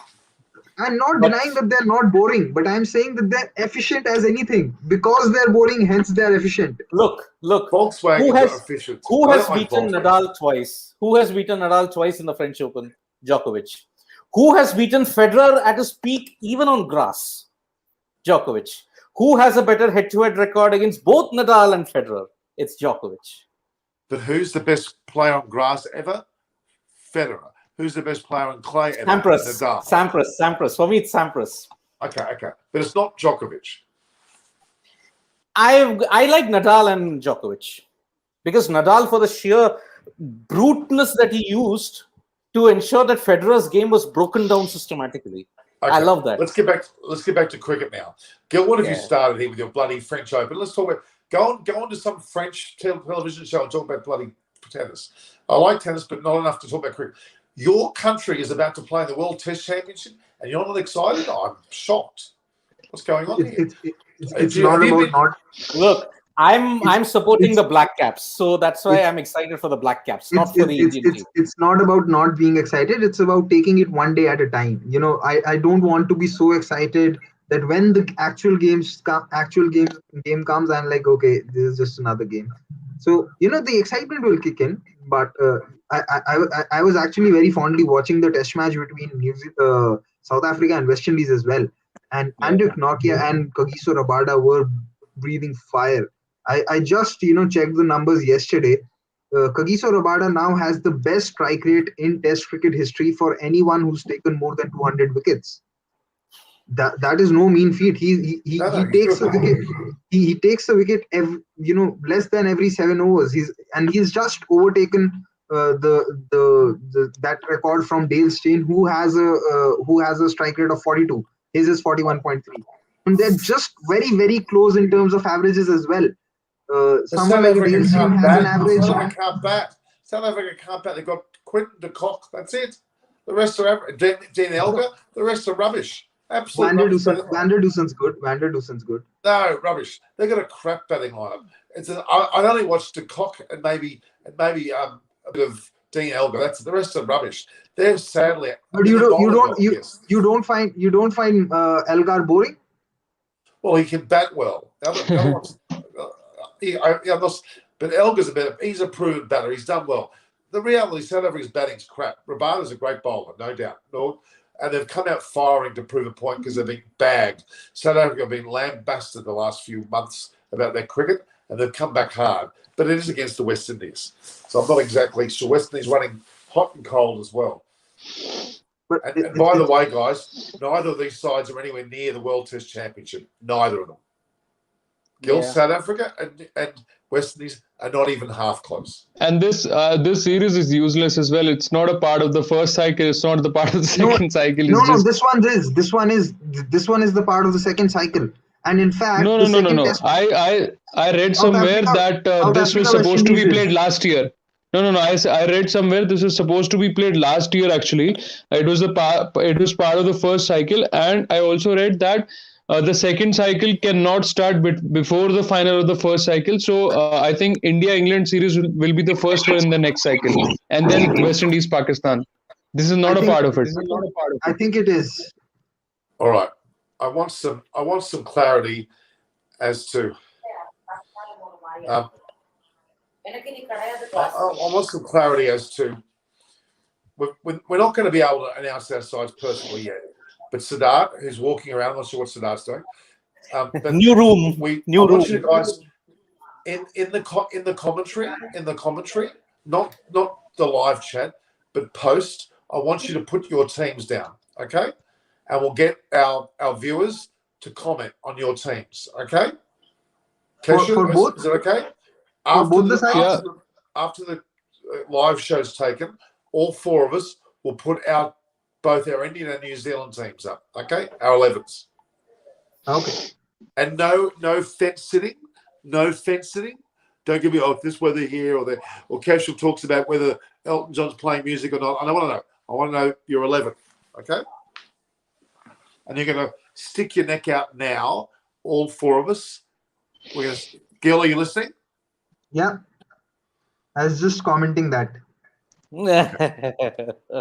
Okay. So you're going to. I want to know all four of your sides. If you want, are you guys due for a hat? You're going to get a hat, by the way. Would you like a hat? Norman hat's not going to cut it for me. Hat's pretty much useless for me. Yes. You cannot bait me with the hat. I've told you before. Okay. You want the cup? Yeah, anything but the cap. Okay. You're not supposed to wear it. You can keep it as a souvenir. Jesus. Send me a jacket, no? It would be nice. Jacket? All right, I'm going to send you things. But if you do not do what I've asked you to do, you're not getting anything. I'll give Keshu a pair of socks that I've worn. No.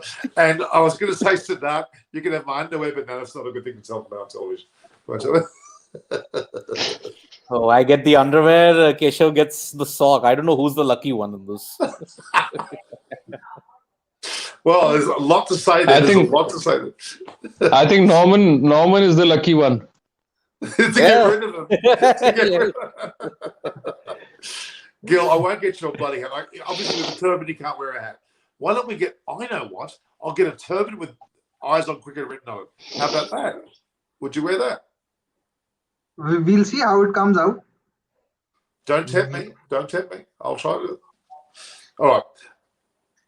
So that's your jobs after this session. You know what, guys? By the way, this has been absolutely brilliant. We've had an amazing viewership. Okay. And Ridhima couldn't be here long today, but she'll be here longer later. Aparna's coming on next episode. We've got Anisha's coming back. She's joining us. We've got Adam Holyoke, Monty, a whole host of people coming on. So it's going to be a lot of excitement and obviously Chris Vernon and Simon Willis. David, we're going to be charging at us because this is the biggest event. So at this point, you guys are in the lead. Keshu, what's wrong with you? You got the flu, or is that COVID? No. It's just some dust allergy. That's all. Okay. And you're wearing a t-shirt. Are you warm there? Is it hot there? No. It's raining over here in Mumbai. It's quite nice. Yeah, it's sticky and humid. Sticky. You are in Mumbai as well, Siddharth? Bhopal. But I've been in Mumbai for 22 years, so I know how it is there. All right, guys. So what we're going to do now, we're going to just, first of all, we haven't really talked enough about the game that's just happened. Are you surprised with New Zealand's victory being so easy against England? Were England poor? What's your quick take on that? England were poor, period.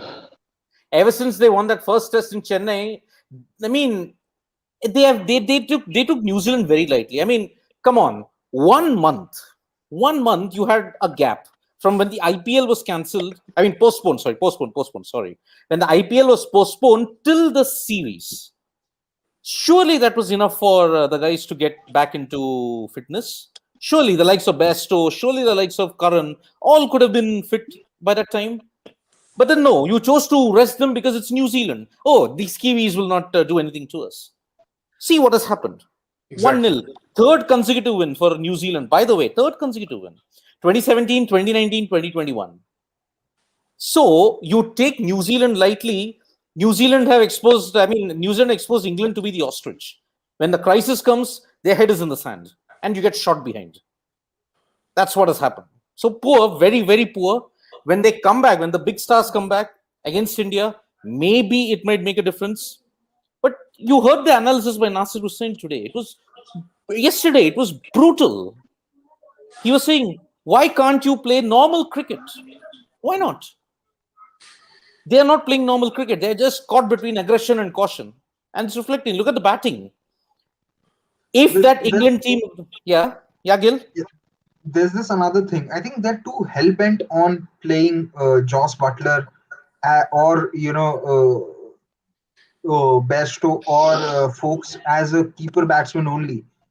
I think Josh Butler should be playing as a batsman alone, looking at the way that their batting's coming Exactly. around right now. And why can't you play both Butler and someone like a Folks? You Yeah. you certainly can. And one thing which I have observed with Folks is, and so I saw Folks keeping in, and I saw his videos. The thing with Folks was, and why he was keeping so well, was that he wasn't committing to the line of the ball, which is so important when you're keeping two spinners. He was not moving, and he had no premeditative movement towards any of the directions while he was keeping. He was only, going with his hands later on to collect the ball, which told me that, even while batting, he could play the ball very late because he was not committing early. And hence, then I checked his numbers, and his numbers in first class cricket are good enough. He averages more than 40, 45, if I'm correct. So he's also a very able batsman, which he showed in that Chennai test as well when he top scored with 45, 46. So why can't you play with Folks as your wicketkeeper at number 7, and then have Josh Butler in the top 6 purely as a batsman? You I don't agree. need to you Agree. don't need to specifically pick Josh Butler only as a wicketkeeper batsman, because the Look, way your batting reserves are at this moment, you would do better if you have a 5, 6, 7 of Stokes, Butler, and Folks, and then you're Looking I at the think coming they way, in. need to they looking need at to the way how probably the England batting is, they need a total overhaul. They need a total overhaul. That top three are like walking wickets. And I've no, never understood. I think Burns has done enough for now, to get the 100. And the number 3 is a spot of bother for them because Crawley. they can't just play Crawley, Sibley, Burns all together in the top 3 and Yeah. then expect Root to get them out of the swamp every time. So there was a suggestion by I think Michael Vaughan that they should try out David Malan yet again. But I don't think that's a good idea going back to the past and maybe he's a great try. player. He's a great player. I really like Yeah, him. but then I think what they can do is try either of Pope or Lawrence at 3, and then I agree with what Gurkirat said. They can play Bairstow or Butler as a batsman at 6 and Folks at 7. Another thing which I've really failed to understand is why is Joe Root hesitant to bat at 3? Because the kind of batsman that England have had in the last 5, 6 years, he's anyway doing the job of number 3. It's just But he adding. did he Sorry. did try, na. He did try a few times, and his average kind of dipped there. It didn't really make any runs. I think it's a It pro- mental thing just to be at number 4. I think it probably dropped by 5 runs or something. But what I'm trying to say is that with this batting lineup that they have, where number 3, the top 3 batsmen are never secured of this place, he's anyway doing the job of a number 3. It's just adding a lot more scoreboard pressure. It's the same situation which Pakistan used to have with Misbah ul Haq coming to bat at number 10 for 3. You might as well have Misbah batting at a position higher, and ensuring that there isn't that much pressure on the batsmen which are to follow. So, this is something that they need to consider, because make no mistake, I think if Joe Root would have had at least one or one and a half capable batsmen in the England side in the last 4, 5 years, you could have easily averaged 60 plus. He's one of the most technically equipped batsmen, be it playing swing or spin or seam, because he plays it so late. And I was just going through some numbers. I found out Joe Root has an average of 137 while playing the cut shot. He's only gotten out 5 times, and he scored 685 runs in his test career playing the cut shot. So that tells you that when it comes to playing late, it is not a concern with Joe Root, which is why he's able to play spin so well. Having a batsman See, of that class and still struggling so much is an issue of selection, and as well as a setup somewhere where you're just not able to crack down on which batsman is going to bat where. See, if Just if if England goes with this current top 3, Burns, Sibley, and Crawley in the Ashes, I think Norman and Australian bowlers will be licking their lips for them. I agree. The only thing is, I have this feeling about Zach Crawley will bat his best in Australia, but he may not last that long. He may be so out of form, he might be dropped before he gets there. But the batsmen that are very suited to Australia are Zach Crawley and David Malan. They're the two that really do like Australian conditions, which does concern me because I don't think Sibley is. Rory Burns kind of, route you would expect to be, but I think that's Also, very Malan does have an Ashes 100 in 2017 in Australia. He did have a test 100, yeah. Yeah. One or Yeah. two? Did he have? Did he I have think two? it was actually 2. I think it might have been 2, actually. Perth, Okay, and I think just quickly go back to a moment. A few of the questions were being asked. Matt Henry, yes or no on the side for this WTC? Yes or no? Yes for me. no Gil? for me.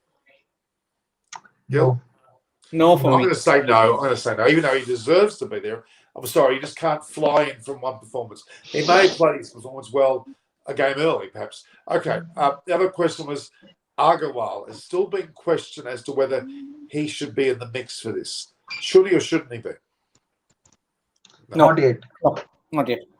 Maybe the vibe coming in the world in the intra-squad game is Agarwal spent a lot of time batting, but that might be as a backup for the England tests, not necessarily for the World Test Championship. If suppose Gill fails in the WTC as well as the first 2 tests, then probably Agarwal will be slotted back in. Let's not forget, this WTC is the moment of glory. The likes of Kohli, Rahane, you name them, even Ishant Sharma, if he plays, this is their moment of glory to hold up the World Test Championship trophy, right? Or sabre, or whatever it'll be. It's a big moment. Winning the series against England, you're not going to hold that same trophy up. You know, beating that's why I think they're going to be very conservative with their selections, based on a bit of elbow room and Kohli's influence. The only person that's probably in there because of his influence will be Siraj. But who is he going to drop is the question. And he did say, it's going to be interesting. Today's going to want to be there. Ashwin's going to want to be there. Right. They're all going to want to be there because if they win, it's a World Cup.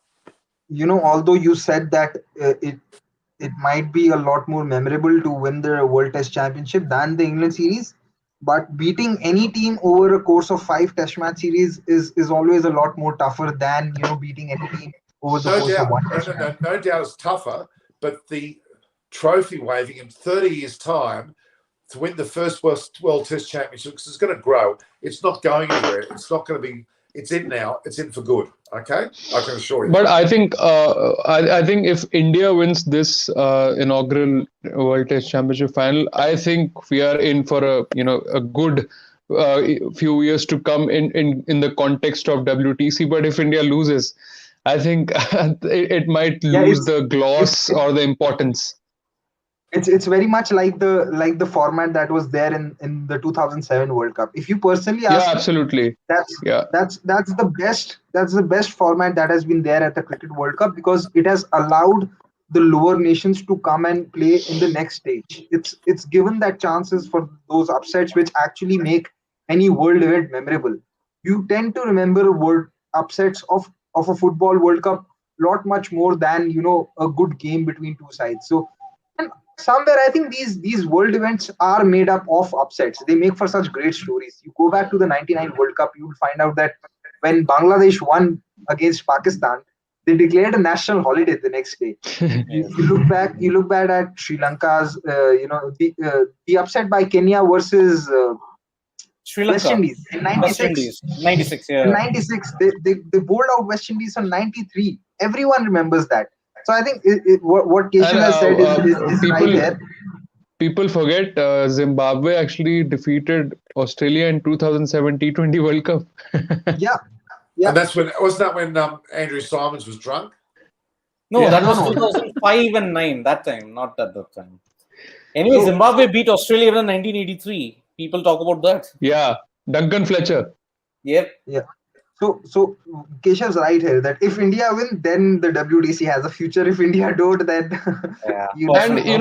it's so baffling, like how they keep cancelling out Champions Trophy and keep coming back with it. It's kind of like Shahid Afridi, announces retirement and then comes back. So it's back, and even with the World Cup, so now they've gone back to 14 teams from 2027. So do you think they'll go back to that 2 groups of 7, which I personally didn't really like that format much? No. The basic consensus is that they liked the 2003 format, wherein the 3 top teams come, the Super 6 stage is played, and then you have the semi-final and the final. Personally, the ICC wants that. the 2003 format wasn't much different from the 2007 format. It was just that teams had been added. Yeah, more teams. So you had the Super 8. Then you Yeah. had the semi-final. No, but That was the how best many format teams were because you there? were carrying How points from the group stage as well. how were many teams 16 were there teams. in 2003? In three. 14. In 14. In 3-14, in 2007, 16. Two teams 16. were introduced. Yeah, Yep. but see, in 2011, the 14 team format was like two groups of 7 teams each, right? It gone back to the 96 format. Yeah. Yeah, but in 2003, how did they distribute the 14 teams? So they had two groups. I think Okay. did they have two groups or three groups? I'm not sure, but they had a group. Two, They I had a think. group stage. They had two groups. Then they had all of them playing matches against each other. Then you had the Super Sixes. So top three from each group qualified, and you carried forward Okay. points. So if India didn't play against their group teams in the Super Sixes, India did not play against South Africa in the Super Six. Yeah. And so the games that India played in the Super Six, I think, were against New Zealand and Yeah. Kenya and who was the other? Sri Lanka. Sri Lanka. Yeah. There's a good point of Ashish Mehra. He's mentioned a few times about Ireland and versus England. That Yeah. was quite Ireland. significant. That was a shock and a half. And Yeah. finally, Biram Irani, you've turned up. You're normally a regular. Cricket history lessons ongoing. Exactly. And you So should be this a part of this.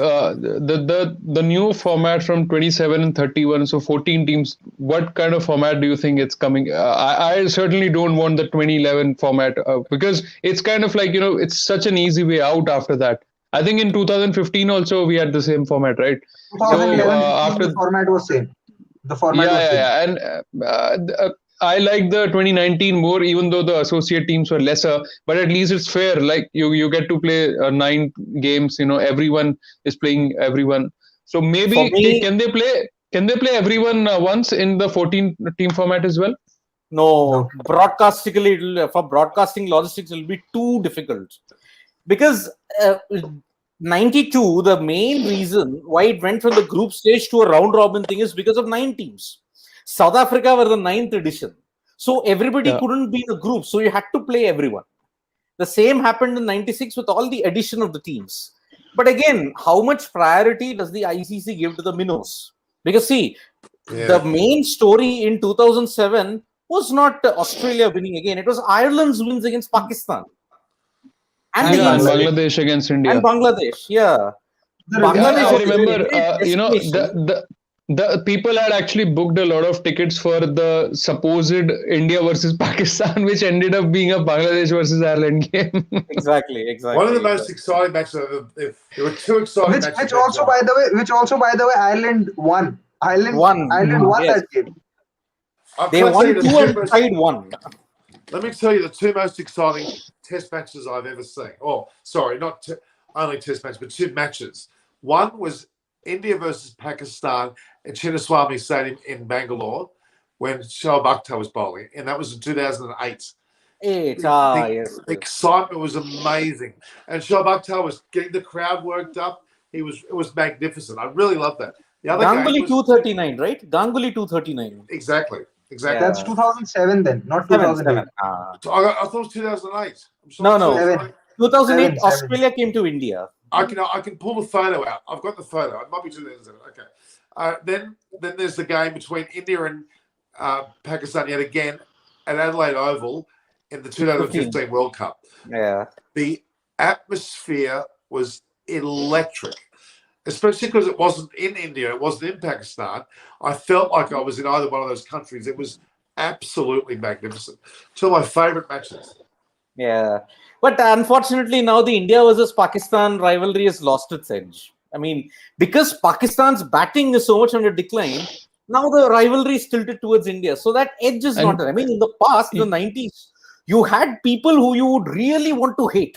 Amir Sohail, Saeed Anwar, Inzamam. I mean, Javed Miandad, until 1996, until Javed Miandad was there, we would not say, okay, let this guy go. Then we will start talking. That was the effect Miandad had upon us. That 6th at of Chetan Sharma. Till that period, I was just doing a study. India were 10-7 ahead in head-to-head encounters. After that Miandad 6, Pakistan had 4 streaks of 8 consecutive wins. That's how they surged ahead. And they never lost in Sharjah. I mean, I think in 10 years, they lost just 2 games against India in Sharjah. That became their stronghold. It all began thanks to that Muppet called Javed Miandar. You would hate him. But he was... He was one of the guts. It's one of the gutsiest batsmen I've ever seen, though. Greatest. He was gutsy. Oh. Greatest. For me, the greatest ever. If there was one guy... Yeah. Okay. When he took on Dennis Lilly, and Lilly came at him with that was a classic. I love it. I mean, who would, if you talk about guts, who would have a claim to fame that, I intimidated Dennis Lilly. I told the West Indies bowlers of the 80s, hit me here. He hit 200s in West Indies at that peak. Genius. This year with Asia Cup cancelled, I don't think India-Pakistan will play this year, even because in World Cup they are not in the same pools, and I don't see Pakistan going into the next round anyway. So, and in this next cycle also, India is going to play in such a way that they don't have to play Pakistan. That is how the cycle will be created. No, but the next World Cup, which is in Australia next year, they still haven't announced the pools, right? So maybe they are in the same pool. See, what's going to happen is, if this year India and Pakistan don't play, ICC will actually have a lot of, financial loss or something. So next year they'll consciously put them in the same pool. Yeah, but then see, if they are not playing in India, then potentially it will be fine. Because see, if Pakistan are playing in India, then it was a big problem. Why? Political tensions are high. Pakistan can't play in Mumbai. Another huge issue. So that's why if you had to play the biobubble situation in Mumbai, Pakistan can't come to Mumbai because of the Shiv Sena issue. No, but if the World Cup is going to happen in UAE, I think just imagine, a World Cup match, India versus Pakistan in Sharjah. I think it will be Pakistan have a chance there at least. Pakistan have a chance against India. And it's a small ground as well. Smaller the ground, the opposition becomes even much more potent. I hate teams playing the UAE. I don't mind Pakistan when they were playing there. That was rather interesting. It was like their home ground. But otherwise, I don't want to play there all the time. Let's play somewhere else. Seriously. By the way, who I think anyone is watching PSL, because the timings are so weird. The matches start at 11:30 in the night. Well, David Miller did very well.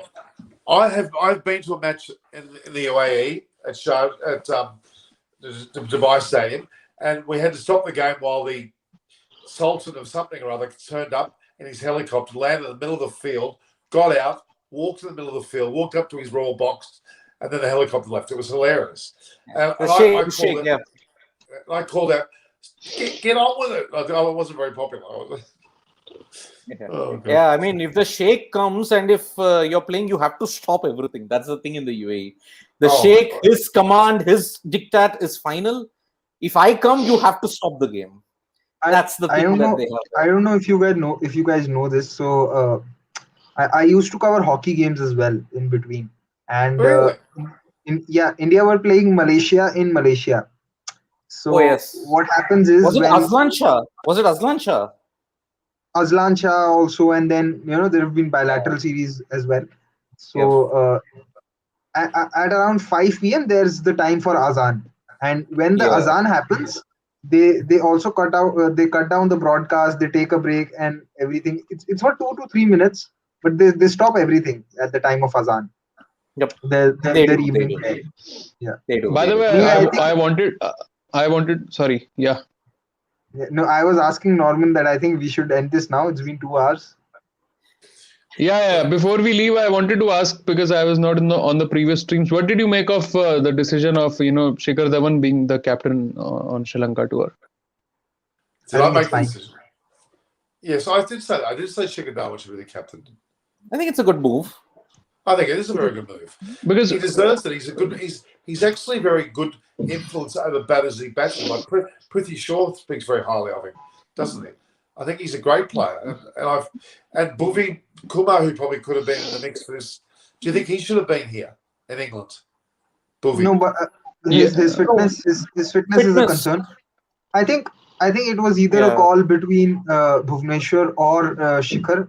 They went in with Shikhar because you usually tend to go with captains who are batsmen than bowlers, and I think this is just a case of giving your two senior players the respect that they deserve. It's nothing. Yeah, more than but that. I was thinking a bit more like left field and proactive. That see, making Shikhar the captain, you're not going to achieve anything in terms of future prospects or anything. So you could have, just like you're using this tour to give so many new guys a chance. Chetan Sakaria, I personally didn't think he would get a chance in the squad, maybe as a net bowler, but. Even if he ends up playing, so if you would have looked at the captaincy as in the same prism, then maybe you could have made a Prithvi Shaw or somebody who has those kind of captain. You see a future captain in them. You could have tried that out, right? Yes, I understand the point that Gill made, that it's a gesture of respect that somebody was served, especially in ODI cricket. I think Shikhar Dhawan has the most amount of success, so it's a gesture, but you are not going to achieve anything through him becoming the captain, right? Yeah, but again, Prithvi Shaw's making a comeback of sorts back into the side. He's not even a regular. You don't want to put that extra pressure on him. No, I was just giving an example. Just giving an example. I think If there is somebody who can be a future prospect, probably could have been Hardik. Probably they could have tried with Hardik, but I think this series is going to be more of Dravid calling the shots, and whosoever is the captain is just on paper, because Dravid's known to, whenever he's in charge of the A sides or the under-19 sides, he's known to try out each and every player. So I think this is going to be more to do with that, and not as to who's the captain. Probably say if Shikhar and Bhuvi would have not been there, and they had been asked to take a rest, or been on the plane to England, then I think someone like a Hardik could have been a captain, because Hardik Pandya, he's bowling now, isn't he? Again. Yeah. Plus, see, even with the coach, you are giving a chance to somebody who might actually end up becoming the Indian coach for the next few years once Shastri goes, right? So you could have looked at the captaincy also. You don't think Dravid is gonna be the coach of Indian team? No, I don't think he'll ever coach the senior team, because he realizes that the coaching the senior teams comes with handling a few egos, and I think but once this generation of players end up their careers, maybe in a 5-6 years time, maybe after that. That's too long a time to say anything. Yeah. I don't think as long as the current generation of senior players is around, I don't think he's going to take up the coaching of the senior team. I think Dravid has realized his forte, that he is better off coaching the youngsters and developing the talent pool, rather than managing the egos of the senior Indian cricket team. He wants to build the base behind. He doesn't want to handle the other. I think what he also realizes, that the biggest sort of shortcoming of him as a captain in his tenure was being not able to manage the egos. It's not that he wasn't tactically sound or anything. So I think as long as this current crop of players is going to be around, he won't take up coaching of the national team or the senior team.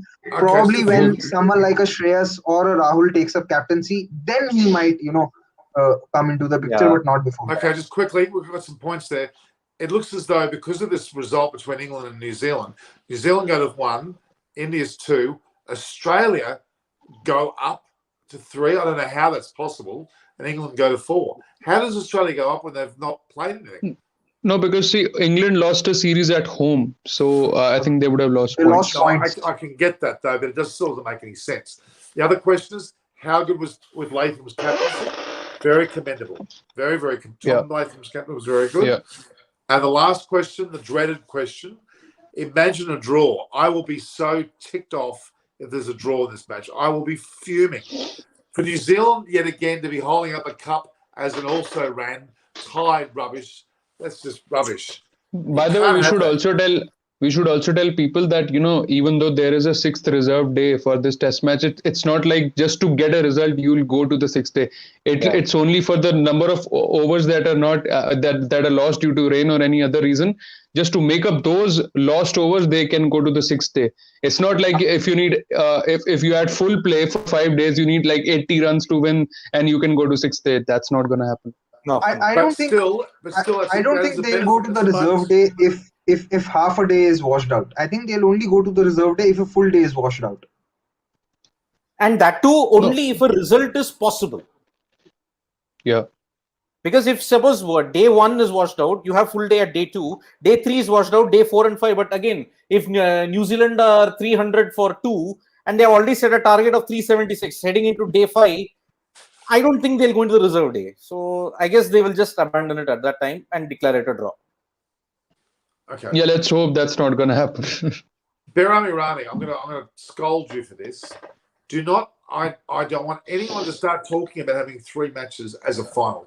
Absolutely, I will stop watching cricket if we have a 3-game final for the World Test Championship. But Norman, Australians are the ones who actually gave us like the CB series best of 3.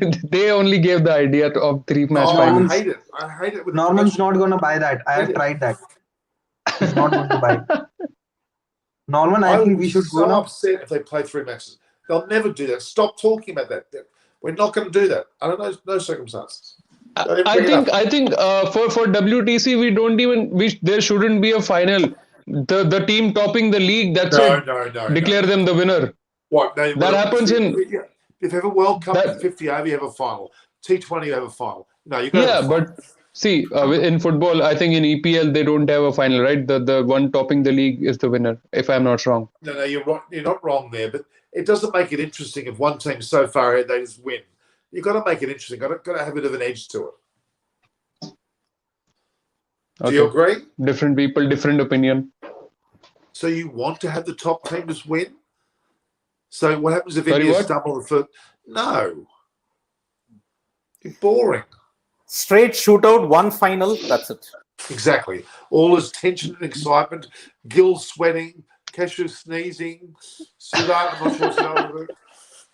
Maybe Sudar, okay, I think this is a good point to end the conversation. Praying for New Zealand win, simple. Right, look, guys, we've gone crazy. The numbers are through the roof. We've had a magnificent. Have you enjoyed this, guys? Yeah, I did.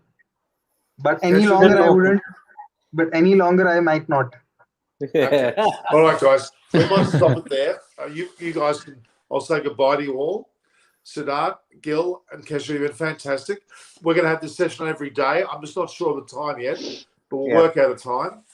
Is the same time as tonight no good? 4:30 your time? Is it too early? No, it's good. It's fine. It's good. Oh, we'll make it 9 o'clock then. All right, guys. Thank you. Look, you're great. You've become great friends as well. I mean, and you make me look attractive because I'm no joke. It was meant to be a joke. I was meant to be laughing. Now, the reality is, it's been great having you on. You've been fantastic. Incredible knowledge, incredible points of view, and very strong but very well thought out points of view. And you've impressed me no end. And you've got 2 of you got great channels. Siddharth, you've been fantastic. Again, Kesha, what's your channel called again? My channel is just by my name itself. That's right. Well, it's your opportunity to talk about it now. Okay, so guys, if you like to listen to some original music, then come on to my channel. I am a musician. I work in Bollywood, and cricket is my second love. So I'm doing a bit of cricket as well on my channel. So you'll get music, you'll get podcasts, you'll get interviews and cricket, everything under one roof. So just type my name, Keshav Huria, and you'll find it. You'll also find my music on all the platforms, Spotify and everywhere. And Gil? Nice. Very nice. Yes. Gil? So I have a YouTube channel by the name of Gilly Cricket, where I am been holding a lot of conversations and chat shows by the name of Gupshup with Gil. I've had 4 guests so far. One is Ronak Kapoor of Cricinfo. The other is Vijay Lokapalli, the famous sports editor of Hindu. Then I had Abhishek Mukherjee of Cricket Country come in as the 3rd guest. The 4th guest was Ben Jones of CricWiz, and today I'd be releasing the 5th episode with Jared Kimber. I've actually felt after talking to Jared Kimber that I don't know cricket, and Yes. yeah, he's a geek. He's a complete geek. So I genuinely felt that I don't know cricket after talking to Jared. That episode comes out. I'll tell you something, Gurki. I had Ronak and also had Jared and Ronak both on my channels, and I felt the same. I mean, I was like, until that point of time, I used to think, I have pretty good command over this game of cricket. And once you talk to them and the depths and the different perspective that they have on the game, it's just refreshing. And of course, you've had Mr. Gupta too, haven't you? Yeah, Vikrant Gupta was also on my channel, yes. But that was more of like a 2011 World Cup 10th anniversary. So he was just telling his own memories. But yeah, he's also a great, he's got a great brain on cricket, yes. And Siddharth, you and I, we're only average by the sounds of things. No, I'm joking. Yes, we are. No. My next guest is going to be Norman Koshnek. Well, I'm waiting for the invite.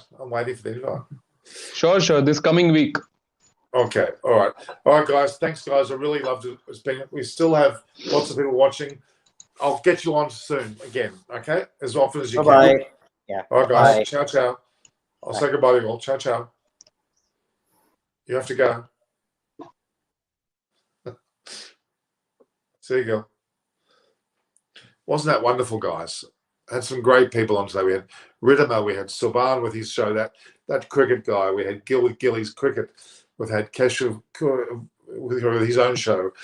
We've also had Siddharth, magnificent hosts, most magnificent guests, I should say. And Music Harmony is there. Don't forget, Music Harmony is also into music. And Keshav, you guys should have, joined up together. Sharia Gayatri is there. Bravo, brilliant idea. Fun fact about Walter. It's very good. I like that. And we've had a number of other guests. Of course, Birani was there as well. Good to have you there. Great to have you regulars there. Obviously, we've got Chris Vernon coming back, Simon Willis, David Graveney, the ex-cricketers which you've had before. They're going to come on a lot now because we're reaching a crescendo with the World Test Championship from the 18th to 18th, 19th, 20th, 21st, 22nd. 18th to the 22nd. And now being the 13th, we've got 14th, 15th, 16th, and 17th. We've got 4 shows to go. We're going to be on every single day. The World Test Championship deserves being a crescendo, and you know that I will approach it in that manner. So please, let's have that happen. And we've got he was amazing. So that he was amazing. He's good to have on. You guys have been fantastic.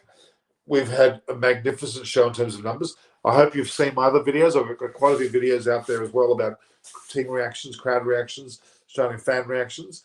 The commercial side of this network, all the merchandising is a bit frustrating, but we'll get there. So I'm going to try to get rid of a Patak. We've got Anisha here as well. We've got Aparna, some of the women that we've had on the show. We'll get some of the female cricketers on as well. There's a lot to be seen. We've got the World Test Championship now. We've just gone through the England-New Zealand 2-test series with New Zealand winning 1-0, winning the last match, 8 wickets, of course. The magnificent Matt Henry was player of the match. We're going to follow by the World Test Championship. Then we've got such things as, well, potentially the 100. We'll see how we go with the 100. But also there's women's final, a women's test match coming up as well. You've got the England India Test series. You've got the World Cup. You've also got the IPL in September. Some 31 matches to go. Then you move into other forms of one day to cricket, which will be playing. Australia's playing, of course, as well in the midst of all this. But the big one for me, of course, will actually be the Ashes series that'll happen back in our summertime, which will be later this year. A lot going on, guys. Big year, lots more cricket. And thank you for joining Eyes on Cricket with Norman Koshnek. I hope you enjoy this. Make your comments after the series. After this, you'll see the commentary post-game. Please make comments there too, not just the live chats. And put your comments as to your best 11 for England and New Zealand. Well, not England, sorry, India and New Zealand. We'll see how they both go because that's going to be quite significant as well. So, guys, I think we've gone a fair while today, and I'm pretty much happy. Will I not cover Australia versus West Indies? Well, I hope so. I'm not sure, Charlie, if I left that out. Sorry, I didn't mean to leave that out. Australia West Indies will also be covered, of course. Anything that we can cover, we'll cover. Don't worry. So the numbers have been fantastic today. We've hit quite a few good efforts. We've still got 48 people online now. So any last minute, Riddimer would be great host for the World's. We will get her on. Also bring some Kiwis along. That's good feedback there. Riddimer will be a great host for the World Test Championship, yes. And also bring in some Kiwis alongside the Indian panel. You and Chris Vernon can be the neutral moderators. Yes, I think that's what we'll try and do. Get some New Zealanders on. I'll try very hard to do that. It's a very, very good point, Music Harmony. But I actually gave you a link today, Music Harmony. You were supposed to join us today. You didn't do that, which is a pity. All right, guys. With the Steve Orr book here, we're looking at our merchandising. As you can see, that was an Aussie and a Pom talk all things cricket. And anyone might have one of those sessions again with both Chris and I as the Laurel and Hardy. And you've got this cup here. You've got the Eyes on Cricket there with Norman Kochek there, me and the scene at a coffee shop. There's the writing there. They're all good. And we've got the jackets. I think I've shown you that before, but here we go. There. Do you like that, guys? I rather like it. All right, guys. I think it's time to go. I think we've covered enough for today. But please watch my videos. Make sure you view, like, and share the posts. Make comment in the post live video. That's important too, to give us feedback there. Subscribe. Please, if you haven't subscribed, subscribe. And share it with your WhatsApp groups and your other groups to make this channel grow as it's growing now. We're going along quite well indeed. And I'm just a cricket lover, Norman, not an expert like you guys. Oh, you're doing pretty well, Music Army. You're late, Sing Danga, but I've been going for some time. But we've been going for 2 hours and 15 minutes, as a matter of fact. It's been quite a long session, but it's been absolutely amazing. By the way, Turner's back in the squad. Are you talking about Ashton Turner? Is that what you're talking about? Back in the Australian squad? I think that's what you're talking about. Yeah, well, it's interesting to think that. All right, guys. I think it's time for us to go. If there's no last questions, let's look at the last bit of it. I'll just see if there's any other matters of interest. No. All right, guys. We've got 48 people viewing. Okay, so all right, guys. I think it's time for us to go. We'll be on tomorrow from about 4:30 p.m. IST, which will be 9 o'clock Australian time. Something like in the morning as well, England time. So we'll be on tomorrow. In fact, tomorrow's the 14th. 15th, 16th, 17th, we'll be on at the same sort of time, around about that same time, and go for an hour or two. Then the 18th, the big one, the test match. We've got pre and post. We'll definitely have pre and post sessions, both in all 5 days. And we'll have a lot of videos in between. So that's the sessions. That's the plan. So the next 4 days, we'll have sessions at the one time slot about 9 p.m., as I said, my time. And then pre and post match games for all 5 days of the World Test Championship. Yes, the World Test Championship. This is the pinnacle of cricket, over and above World T20, World 50 over and above any other Asia Council, Asia Cup, or any other test match. The Ashes, it should be higher than the Ashes. It should be more than an England-India series. It should be more than any other series against the West Indies. You name it. The one that will count is the World Test Championship. One match, winner takes all. The top 2 teams are qualified. Now, that was a bit difficult to understand, but they worked out. This time they'll get better at that. But this is a landmark test match, June 18 to June 22, with this so-called 6th day there on the 23rd, I'm assuming, if weather permitting, needing. So that's the plan. So I appreciate your time, guys. Any other questions before we go? Any other questions you want answered? I've got some great videos out there, but we may finish on that point. So thank you again for your time, guys. It's been well appreciated. Again, keep subscribing, keep referring, keep sharing with your acquaintances. The big series should be 5 test matches, all of them, not just minnows, not playing that. All India, Australia, India, England. Australia, India, England, Australia, England, Ashes, of course. Even the West Indies series, the South African series, Sri Lankan series, they all should be, if time permits, 5 test matches. Bring them together. They should be able to test each other. If they want to make it a true World Test Championship, make all teams play 5 test matches against each other in that series to really prove a point of longevity. It may be difficult, maybe financially not possible. I don't know. I don't control the purses, so I don't know. It may shelter some of the other times. All right, guys. For India to succeed, the opening partnership will be most crucial. You're talking about the test opening partnership. Well, Sharma and Gill did particularly well in a lot of series. They're quite solid, but that's going to be. I mentioned earlier, and I mentioned it again. The 4 batters, Sharma, Gill, Rahane, and Kohli, are notable nickers of the ball if the ball swinging or cutting. They're the ones that are going to be the most shot. Pujara's very good at leaving. Rishabh Pant might be concerned because the ball coming into him more than away from him.